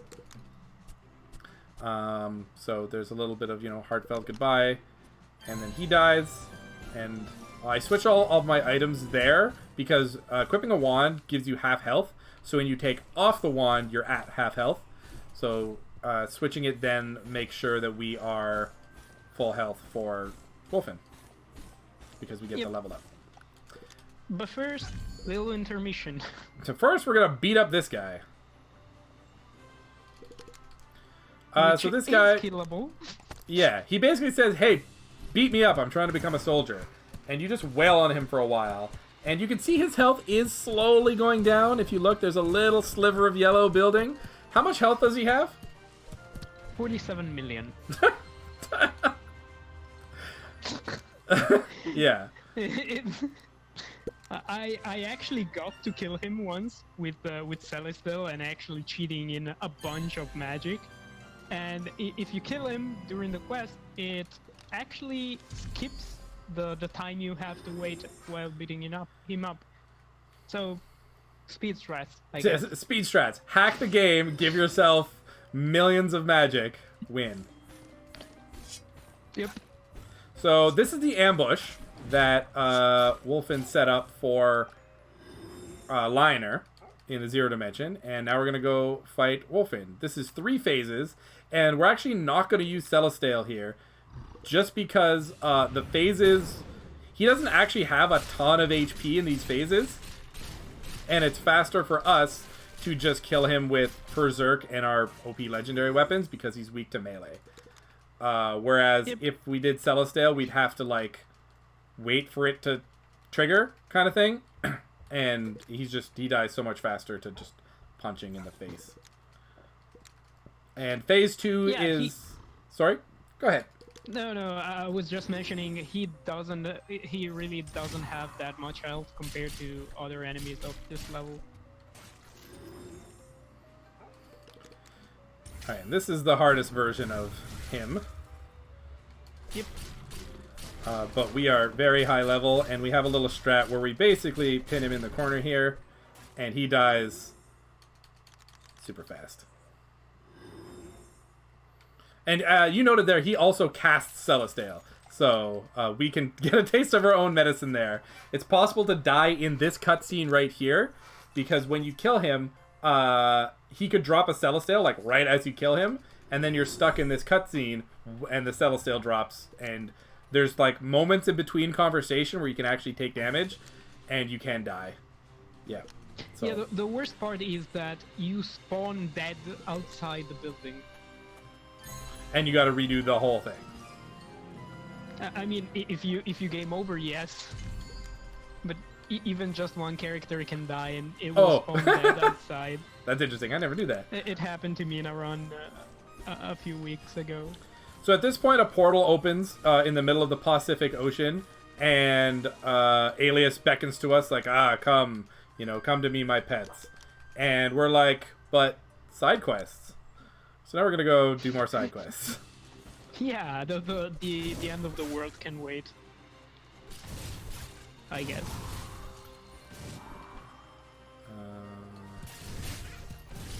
Got some unexpected intruders here. So we're at the section now of the like anything that didn't kind of comfortably get routed anywhere else. We're gonna do it now. Yeah, this is pretty much we are in the desert and we have to do this big loop of quests. Let's do them now because we are at the highest level we can possibly.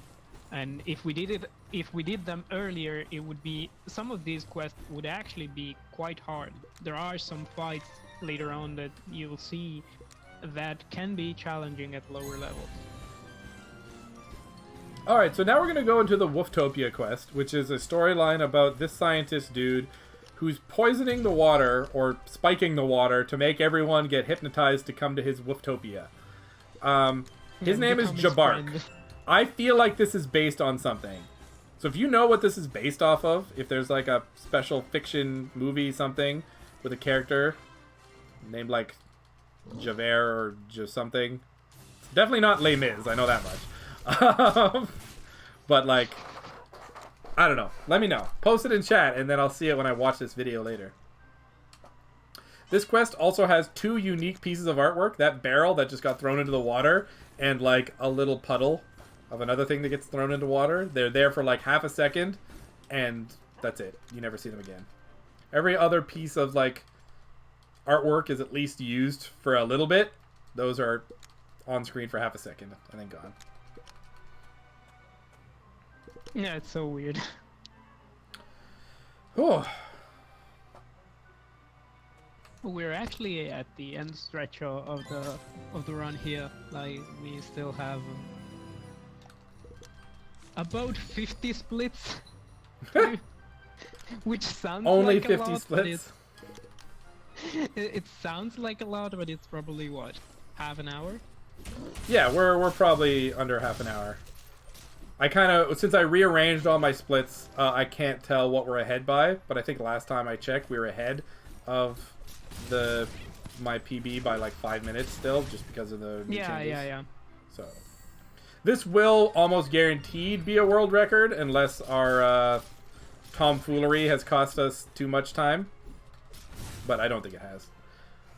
Obviously, being a 3.5-hour run in a game that also has a 15-minute and 50-minute run, this doesn't get a whole lot of runs. Especially when there's bingo, too. It's like there's so many ways to enjoy this game. This is the most, like, I guess, masochistic. Yeah, this is the longest speed run category you could do for this game. There's literally, when you're done this, there's very little else that you can do. Unless you want to do, like, a open all chests % or, like, new game 18%. Yeah, so there's a new game in this, you know, works like new game. You just do the game again and everything's jacked up a bit. But it goes to 18, you said?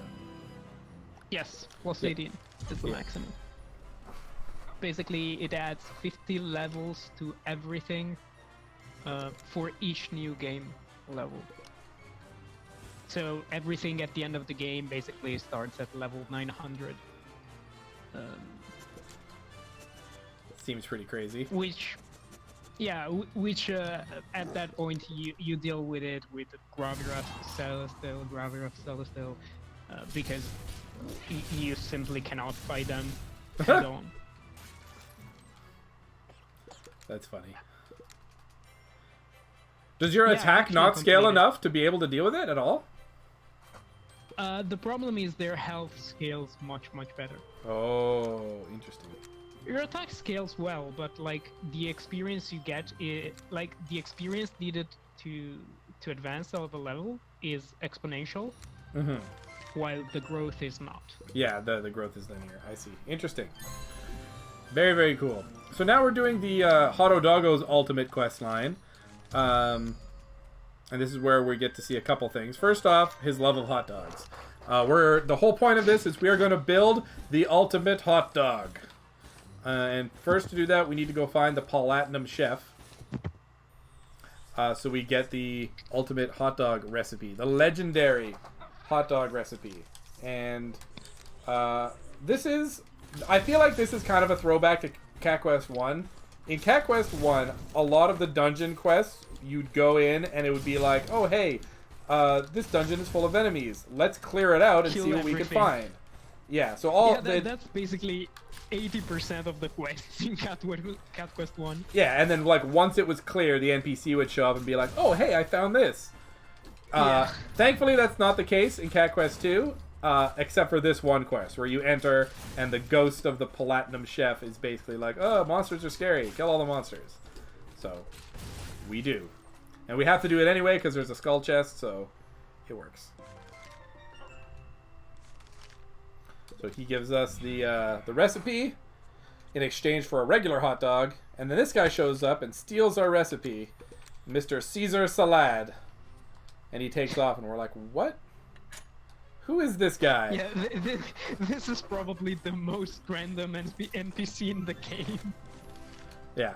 It's funny, because even when you go back to Hotto, because Caesar's like, tell Hotto that Caesar Salad is, you know, is now going to be the best chef. Oh, whoops. Caesar who?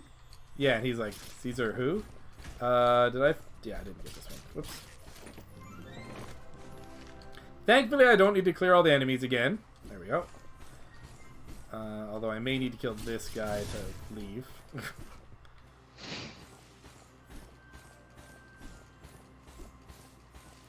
Alright, so we bring this back and we're like, someone stole it. And he's like, Caesar Salad? Who? I don't know. Go beat him up and take it back. And in exchange, he gives us a chef hat, which is a unique piece of item. You can only get it from this quest, which is super weird. Yeah, we'd already found the chef, what's it called? Vest. Chef Vest? Yeah, is also a unique item that we had found previously elsewhere.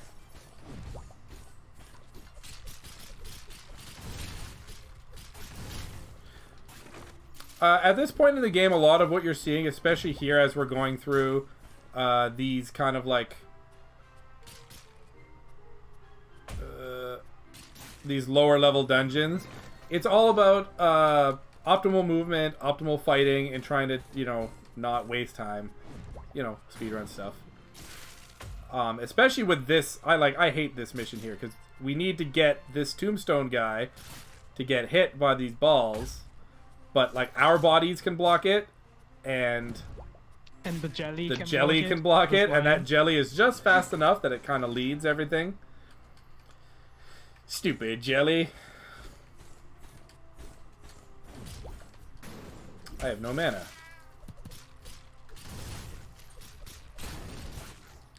Alright. Ugh.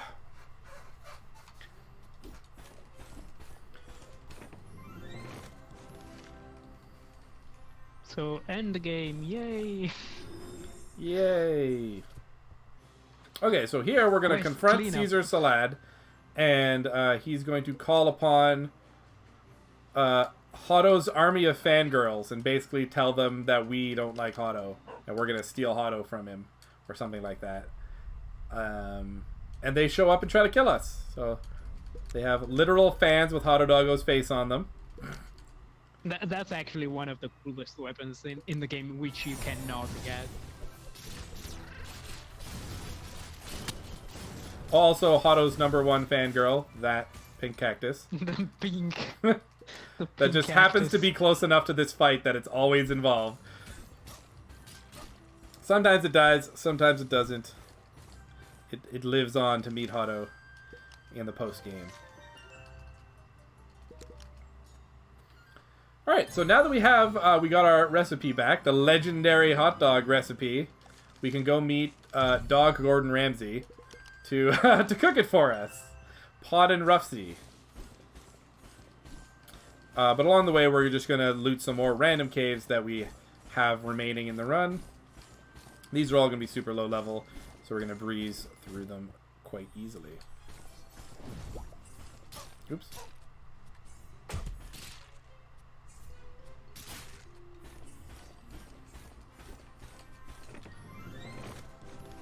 Yeah, this cave with all the tombstone is kind of another one of those where Furry Shield is super important for us. It helps us traverse the cave without just decimating our health. And it's one of those where you have to lead enemy into spikes or little magic balls and whatnot. There's a few of those still on the way, I think. So there's Pod and Ruffsy, but we're going to do this one first. This cave is unique in that it has these really fast moving balls that are going to be a problem. And if we did not have Furry Shield, they would most certainly chunk us a lot more than we'd like to at this point. Do I have enough mana? Okay, I have enough mana. We'd eat a bit of magic ball salad, yeah. I guess. Okay, so we're going to remember this secret, which I forgot in practice. There's a Ninja Shroud. Oh, a Ninja Shroud? Yeah. Oh, a purple Ninja Shroud. Oh, that's actually great. Yeah. You can skip... You basically skipped every optional chest this game. Except for Dragon Void. And Dragon Fire. Oh, well, yes, but those require you to still open one of the random ones. Oh, you're saying... Okay, so I don't have to open any more randoms, is what you're saying. Correct. Okay. Like, you're basically missing the final stuff, and... I'm trusting you. So some of the more minor items, like Cat Soldier, Elm, and... yeah, those we're all going to get naturally. It's just the yeah, gold exactly. items that I'm looking for here. So we go talk to Gordon Ramsay here, and he basically says, "These slimes stole my spatula. Go get it back." So we get it back, and now he's going to make us the legendary hot dog. We wait around a little bit. Behold, the legendary hot dog. And just as we're about to bring it back to Hotto, Caesar Salad comes out and takes it, and then goes, he'll never get his hands on this, and eats it. And that leads us to one of the most weird-looking NPCs ever. Yeah, he basically sprouts a head of lettuce. A literal head of lettuce. I don't like. He ate a hot dog. Why does he turn into lettuce? Like, I know his name is Caesar salad, but like, ah. Also, I just got a message of Desmond. Yep. Who told me he's free. Yeah, tell him just hop back in. Yep. Yeah, just rejoin the voice chat. Yep. I guess George has to pull him in.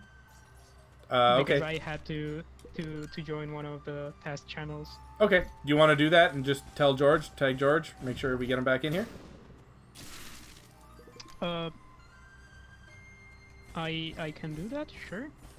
Or George, are you listening? Pull Desmond back in.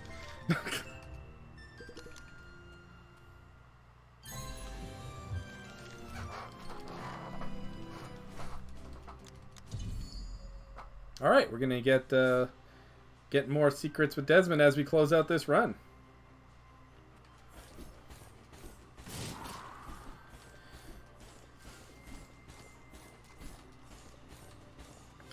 So now, earlier on when we helped Batman, he gave us the key to his Batcave. So we are now inside his Batcave, and we are lucky enough that we can collect the Doge Knight armor and the cowl itself, the legendary cowl of the Doge Knight. We are not going to wear it. It gives us extra money when we kill things. Yeah, but it is very cool that it exists. The Bat Axe actually gives you extra money when you smack things. Oh, hey everyone, I'm back. Yeah, welcome back. Let us know when you can Do see the guys know screen. there's a secret area in this cave? Yes. Yes. Okay. Yeah. Okay, that's good. Yeah, there's a secret tombstone with the grave of Potha and whatever Ponathan. more paw puns. And basically the parents of Doge Knight. Yes. So at this point here, we are just finishing up the Mewan quest. And Mewan basically tells us, hey, bring my hat back and tell them I'm dead. I don't want to go back. And we do that, and they're like, oh, well, we gotta go, like, avenge him. So, let's get these stink bombs ready to throw at the dogs. But these monsters have eaten the stink bombs. And we tell him that, and he's like, oh no, crap, go see what the dogs are doing. And the dogs are like, we're gonna throw water bombs at them. And we don't want stuff to escalate, so we're gonna go destroy the water bombs as well. Yeah, Like we would never want things to escalate, right? Yeah. So when we finish this up here, the general of the cat army basically goes, or the captain basically goes, oh, well, Mewan is, I want to go see him with my 2 eyes. We need to go rescue him, kind of thing. And obviously we know this is a lie, so it's going to be really awkward for us when we go back. And we go meet Mewan and Rufus, or whatever his name is, Ruffers. And while we're telling them what's going on, the cat captain shows up, and the dog captain shows up, and we have this really awkward situation. And as we previously discussed, if people can't be friends, this story says they need to die. So, does this end the war? This is secretly how the war ends. We just literally killed the generals of both army. Other than, we're gonna kill the kings or we're gonna kill the generals. We have crippled the military of both of these groups. Oh no, I hope so killing is like the answer to everything, right? Yes. Yeah, pretty much. Hey, actually, you're back in time just for us to go beat Alias. Oh, really? You Yep. guys did everything else? No, we have some more stuff after this, but this is where Alias is. You want to talk to us about the finale here?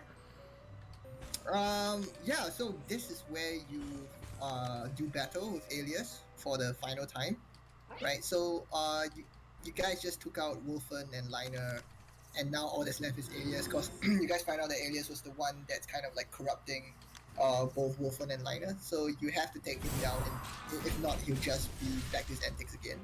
So this is kind of like his true form, in a sense, which is basically made up of just the main eyeball and his 2 hands. Yeah. And the answer is Celestial. Yeah. Shit. Wow, damn.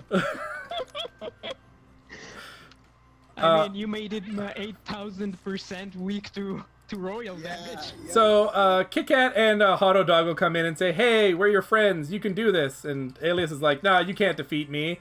But through the power of friendship, Kingsblade. And so we get the Kingsblade here, and now it's time to go lay the smack down. This is just a nice feel-good moment. I really enjoyed doing this at the end.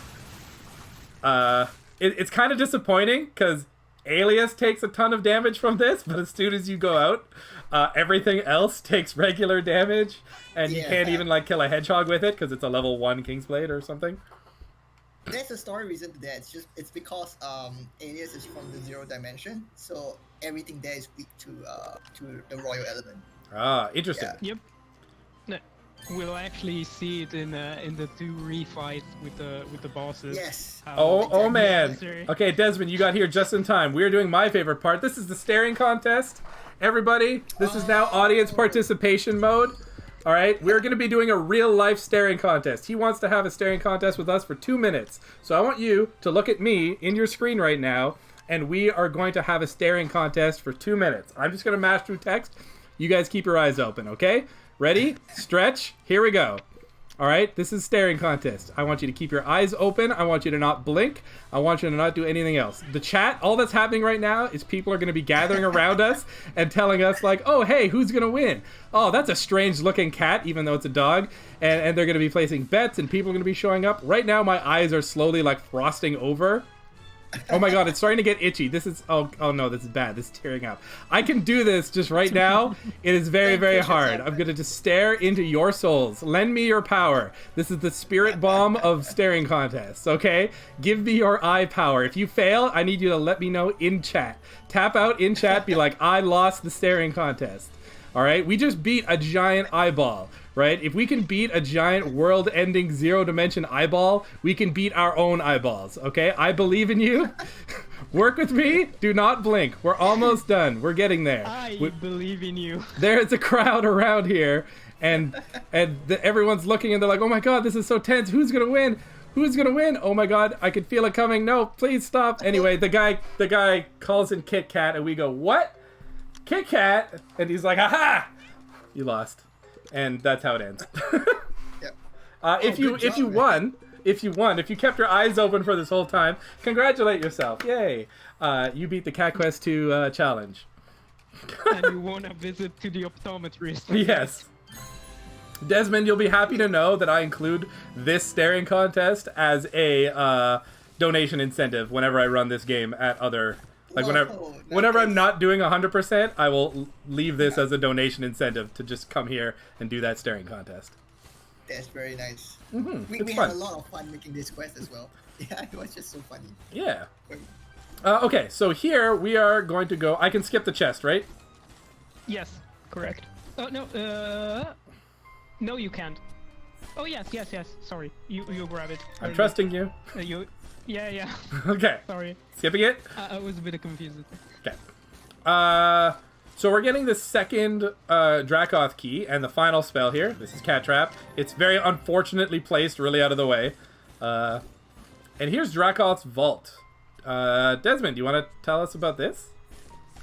So Draco's Vault is basically where Dracoth keeps all his most epic items, right? And it's also mainly a callback to those who played the first Cat Quest 1. Because Dracoth was the main villain in the first Cat Quest. He is one of the last few Dragon Blood in the world. His sole purpose was in the first Cat Quest was to bring Alias back. So, Alright. defeat his leg. And there's some dragons here. And you know what we say to dragons? Celeste. Yeah. I see you learn quickly. Now, again, this is 100%, so, you know, we have the benefit of being very high level. Oh, I didn't get all my mana back here. Here we go. These dragons are normally very hard. I guess we have to lure them over here manually. Okay. These are probably the hardest, like, non-boss encounters in the game, just these dragons, because they hit like a truck, and they're very, very super beefy. I'm getting all this just for the level up. we get the Dragon Maker, which is Dracoth's own personal weapon. We can open this up. We get his nice hat. We can see the statue of him right there. What's up, buddy? And that's dungeon complete. So actually, this Dracoth armor was not available in the first cat quest. So this is something new we added for those who wanted to look like it. So this is just a maze. There's no enemies here. We just need to grab all these chests. And this is where Furry Shield is really useful. Because if you conserve your mana properly, you have just enough to kind of get through with reckless abandon without having to worry about getting hit by anything. There we go. Hey, so we're going to Tomb of the Wolf right now. You got any interesting stories about that? They're not really. They're just and like post-game bosses that we wanted. They're just souped-up versions of Wolfen and Liner that we wanted players to try and defeat. Yeah. Cool. So this, I think, in my mind, is probably the hardest.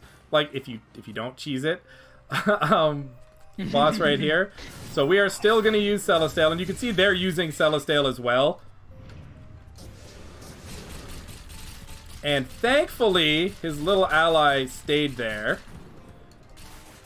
which is good. These guys, for whatever reason, can actually outrun. You can see them doing it right now. They can outrun Celestial. Or not Celestial, but Gravarruff. So, oops. We're going to switch back real quick to our thingy. Stand by. Menuing is good. We're going to switch back to our melee gear and just beat down this side clone. Because the real one died a while ago in the Celestial, and he's just a tiny little clone. Nice. But the fact that they all drop Celestial is pretty scary in this fight. Yeah, but it's pretty easy to avoid, right? Just like don't step into it. Yeah, but when they've got all their spells up and you're trying to dodge out of the way, it's so easy to just be like dodge roll. And with all the ranger items, we go so far, and we'll just like accidentally run into the Celestial and die, which sucks.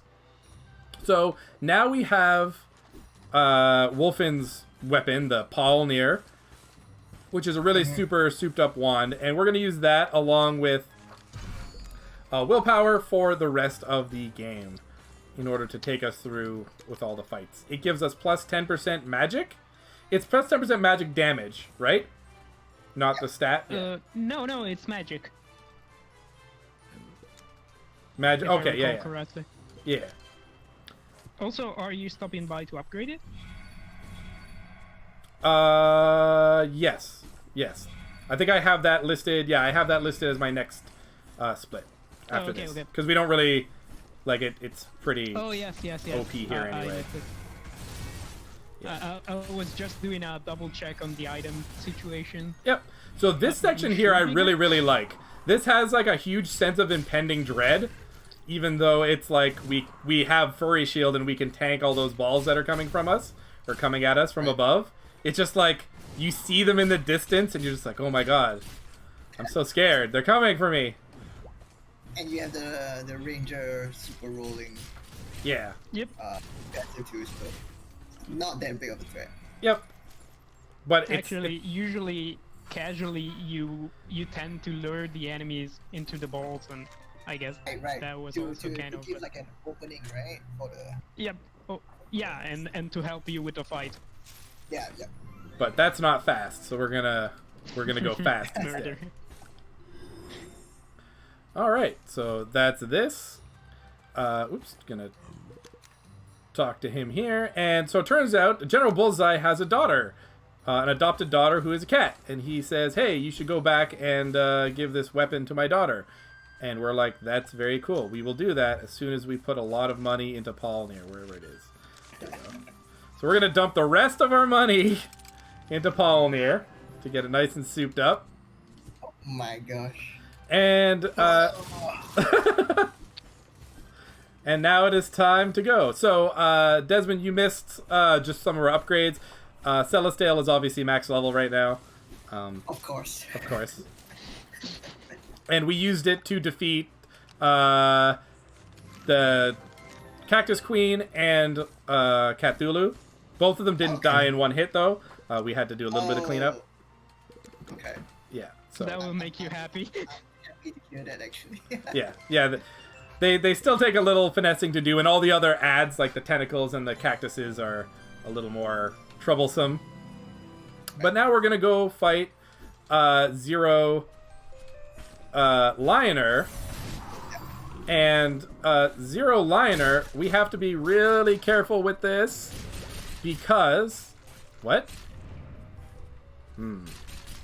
Okay. Not sure what happened there, so we're gonna have to lure him back in. I think I didn't drop the Graveruff in time. But okay. He didn't get sucked in. Yeah, he didn't get sucked in at all. But I think I might have accidentally put up Furry Shield instead. Anyway, as you can see, this is a Lioner who is already weak to Celestial, and now he's like definitely weak to Celestial because he's a zero version of himself. Yeah. So thanks for coming out. Sorry, Lioner. We get all Lioners, cool stuff. Not using any of that. And oh my god, I'm so glad that you're here. Okay, we were talking about the Twin Towns. Right. Yeah. You left right before we got to them, and you're getting here now. So can you want to tell us about Twin Towns and like your own dev background stuff with this? Okay, so Twin Towns was also in Cat Quest 1, and it's basically where like a lot of weird things happen. So in the first Cat Quest, the Twin Towns quest line was kind of like about repeating history in a sense, right? So it's kind of fourth wall breaking, in the sense that the quest itself was repeating, right? So we wanted to keep up that fourth wall breaking tradition in Cat Quest 2 as well. Right, so right here, like these characters, this particular twin sister, she has a suspicion that she's in a video game, right? Because her brother's all weird and stuff, right? So that's kind of fourth wall breaking. It's like a video game character thinking she's in a video game itself. Yeah. So yeah, that's it for this quest line. It's just a chance for us to do really weird stuff in the game. Yeah, so you can kind of like expect every game from us, especially in the Cat Quest universe, to have kind of like a Twin Towns quest line in those games. Yeah. Definitely very cool. I think Kura had a question regarding this. Yeah. Okay. Is the sister that's trying to find the brother here, or is suspicious that the brother is in the game, is in a game in some way, the same sister that had a brother trying to cure her in the first game? I'm glad you noticed it, because in the first game it's the same brother and sister, right? So yes, it's actually the exact same characters but flipped around, right? Because in the first game it was the brother trying to save the sister, so now it's the sister. So here on my screen, we get Desmond once again. He gets to show up in game. Yeah. You want to read your lines again? No thanks. Okay. So Desmond basically shows up and talks to this girl who thinks she's in a game and goes, "Hey, we made Cat Quest 2. You know, you're just a glitch. Come with me. It'll be okay." And okay, for official word, does she die or do you guys like move her to another game? Does she get deleted or not? Basically, you get to see her again in the next game. Ooh, okay. That's a promise. I'll hold you to that. All right, so with that, we are starting our final cleanup of the game. So the way we have it routed, and once again, like big shout outs to Kurasa and Lugo for how they did this. It's very poetic in how we get to the final moments of the game, because we started by raiding the Forsaken Cave. And now here, in the, final moments of the game, we are finally going to go back to that Forsaken Cave, because we still need to clear it officially to get that skull chest. But now we are level 107 instead of, 1. And, it's slightly easier to do now. Slightly would be an understatement.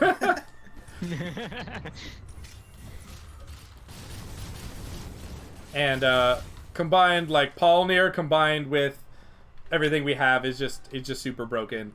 Especially because, and correct me if I'm wrong, each bullet that shoots out gives us additional mana, right? When it hits. So if we hit with all 5, we get So that's the benefit of staffs that shoot multiple so I can skip that. projectiles. Yeah.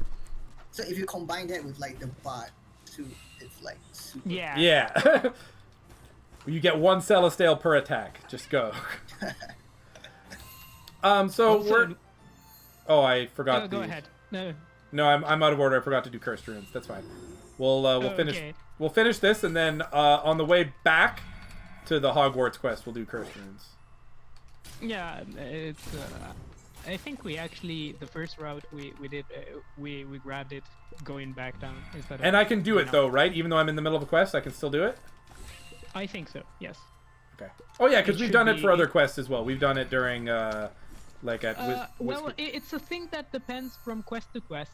Some quests you can access other dungeons when you are doing them. Some you cannot. Like when you are following Kit Kat to go for the first time into Lupus Kingdom, you cannot enter any dungeon. Yeah. I guess that's a chase kind of mission or. an So escort this mission. little story that we're doing here, we're getting. We're basically going through the memories of this ancient mage who got trapped in time, and we're learning kind of a bit about how he got there. And we're going to spend the next little bit essentially collecting the Deathly Hallows from Harry Potter, and then he will betray us and go on to attack the Cat Hogwarts. And that will be the final thing we do in this run. Is the Battle of Hogwarts is the very last thing in Cat Quest 2. Yeah, I actually find it kind of nice how we routed it in a way where the second side quest you get is the actual last thing you do in this run. Was there a reason for that? Like because it's close to the epilogue ending? Yeah, basically we could have done it some other times when we came back to upgrade magic, Yeah. but some of basically we wanted to keep the route as linear as possible, and we didn't have a very strong reason to come back here except clean up Forsaken Ruins, Forsaken Cave and the Cursed Ruins.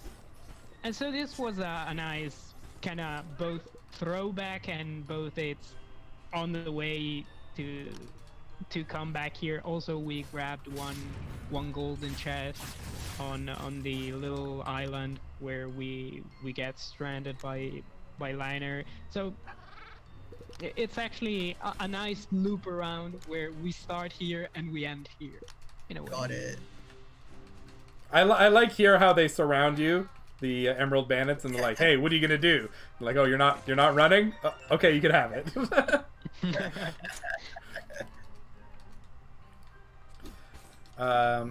So we pick up this box, which is gonna have the invisibility fur cloak inside of it, and this is dungeon complete on this one. And we're also going to pop up over here. This is another... Okay, so I have a question about this one.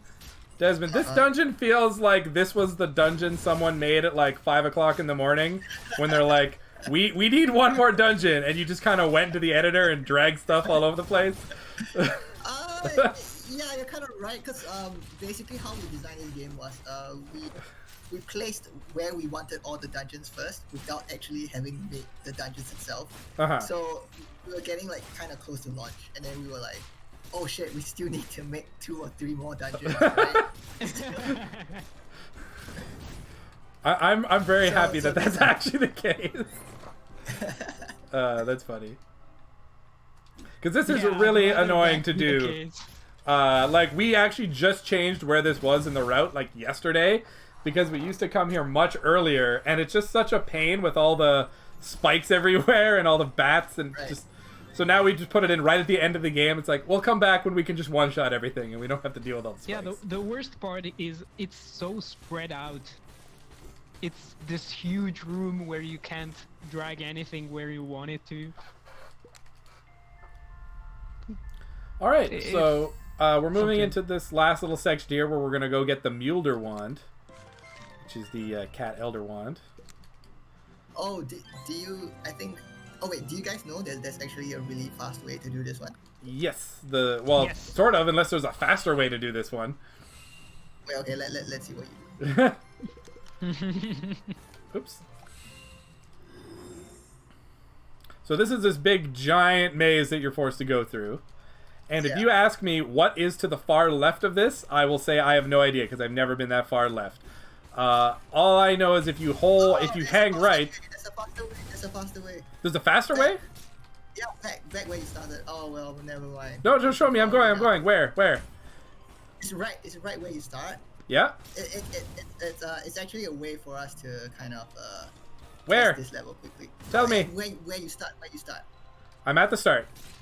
No, you're not. You're not. No, You gotta- no, you gotta- you have to go around that kink, that curve. Okay. Right. Go to the right. So right first, then what? Right. All the way to the back. Maybe the video is lagging. No, Oh, okay. Like all the way to the back from where you started. Okay, we're gonna do this. The video is delayed because I'm in real time and you have the lag. So Yeah, I'm at the start right now. Which way? Okay, like go to the right of the screen. Yep. Oh shit! Because it's delayed, right? So Yeah. I'm not sure. I'm at the right. And then No, what? at the I start, think in the first little room. yeah, the first little part where you actually start in, go back instead of front, right? Oh my god. Yeah, are you there right now? Yeah. Yeah. Okay. I'm on a little So, invisible just path. Kind of, Then where? just kind of feel your way around it, like until you get to the end. Yeah. So I don't even notice. Yeah, it's the general direction is always to the back, ish. Oh, I see here. Whoa! Wait, are you there? right Routing now? from the Okay. dance. I'm getting there. Okay. Yeah, so we basically use this as a way to like kind of like skip the whole maze because it's really long to test. Wow. We found the first shortcut and we thought, oh, that's the shortcut. No, okay. Sick. Okay, yeah. That is awesome. So thank you for sharing that. That is super cool. Yeah. World premiere. Dev shortcut. So at this point, we've collected everything for this evil mage, and he's like, ha, I'm Meow, the evil cat mage. I'm gonna go raid Hogwarts and kill Mumblepaw, which is the Dumbledore. So he pieces out, and we're gonna go stop him. Oh, after we get this final, I guess, memory that shows that he's evil all along. Remember to clear cursed ruins on the way. Yes. Yeah, I've got my splits here. Alright. So we've got all that done, and now we gotta go save Hogwarts. But on the way... Can I get in here without aggroing anything? No. So now we have to clear cursed ruins. This is the final ruins in the game. Oh, I can't go in. Oh, you can't go in? Oh. Whoa.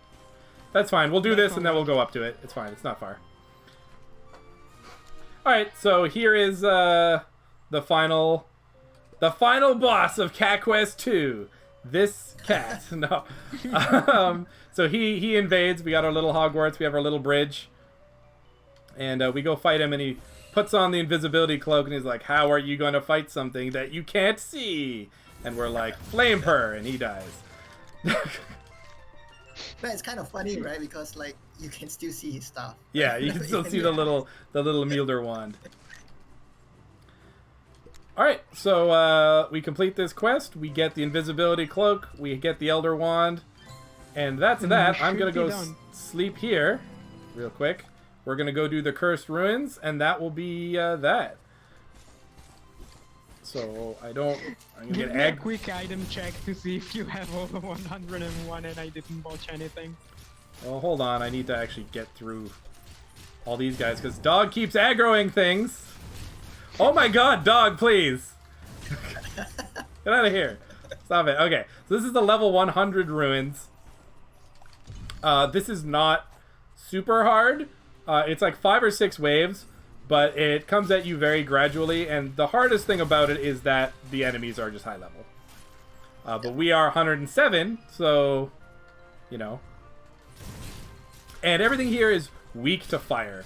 So our really jacked up Flamepurr is just going to mulch through everything. And you don't really have a chance to see it, but Flamepurr actually does damage over time. And that really helps us. It lets us kind of leave certain enemies with like a couple hit points left and redirect our attention. Flamepurr is probably like one of the best spells in the game. Yeah, hands down. Hands down. And how quickly it takes to cast it. And how little mana it costs. Yeah. So Cat is on the death doorstep right now. We'll just try to not let him die. And then the final wave here, we have 2 more of these big guys. And Flamepurr away, and that is the end. Oh, you could have given us a last Celestial for the round. One Celestial for the road. I'll drop it on the exit before we start the quest. See if that glitches everything. All right, so with that done, we're gonna leave here. We're gonna do one final check.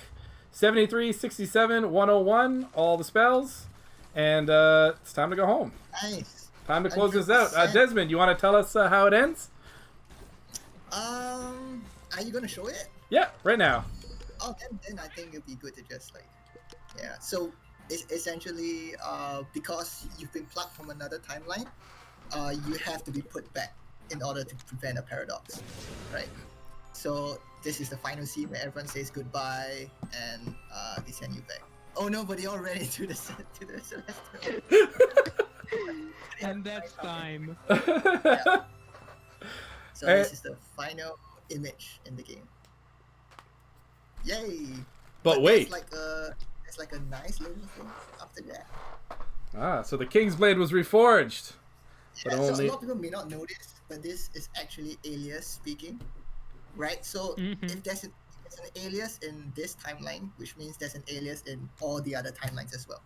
Right? Oh. And the zero dimension is the thing that connects all timelines together. Yeah, sorry. Sorry to interrupt here, but what's the world record? This is a new world record as of right now by 4 minutes. So, yay! Oh. Cat Quest 2 100% world record, even with all the dicking around we did. And that is the first marathon world record, ladies and gentlemen. Woo! We have had our first marathon record. Very Hopefully nice. some more to come. Yeah. So Had a couple. just to transition out, I guess. Thank you so much for everyone who's watching. My name is Gumjaw. We've had Kurasahakai on commentary here, and thank you so much to Desmond from the Gentlebros, the developers of Cat Quest, for coming to join us today. Thank you so much. Our pleasure. Thank you. Do you want to advertise anything before we go? Give a quick plug. Yeah, so Cat Quest 2 is available on all the different platforms, including mobile phones, iOS, Apple Arcade, PS4, Switch, Xbox, PC, even GOG. We have an awesome update coming out on August 8th, which is International Cat Day, and also the 3rd year anniversary for the Cat Quest franchise. So it's a really huge update, adding a totally new mode, as well as a lot of improvements, especially quality of life stuff, new enemies, new abilities to the game. So if you are a returning fan to the series, this is a great time to jump in. If you've never played Cat Quest before, this is also a great time to jump in. So yeah, thanks for watching, everyone. It's been great commentating on this. Yeah, it's been fun. Yeah, thank you so much, everybody. So that's it for me. That's it for us. Take care. If you haven't played Cat Quest, join us. There's a Discord. Hopefully someone will drop the Discord link in chat, and you can come join us. That's it. Thank you. Bye-bye. Bye-bye. Bye-bye. Someone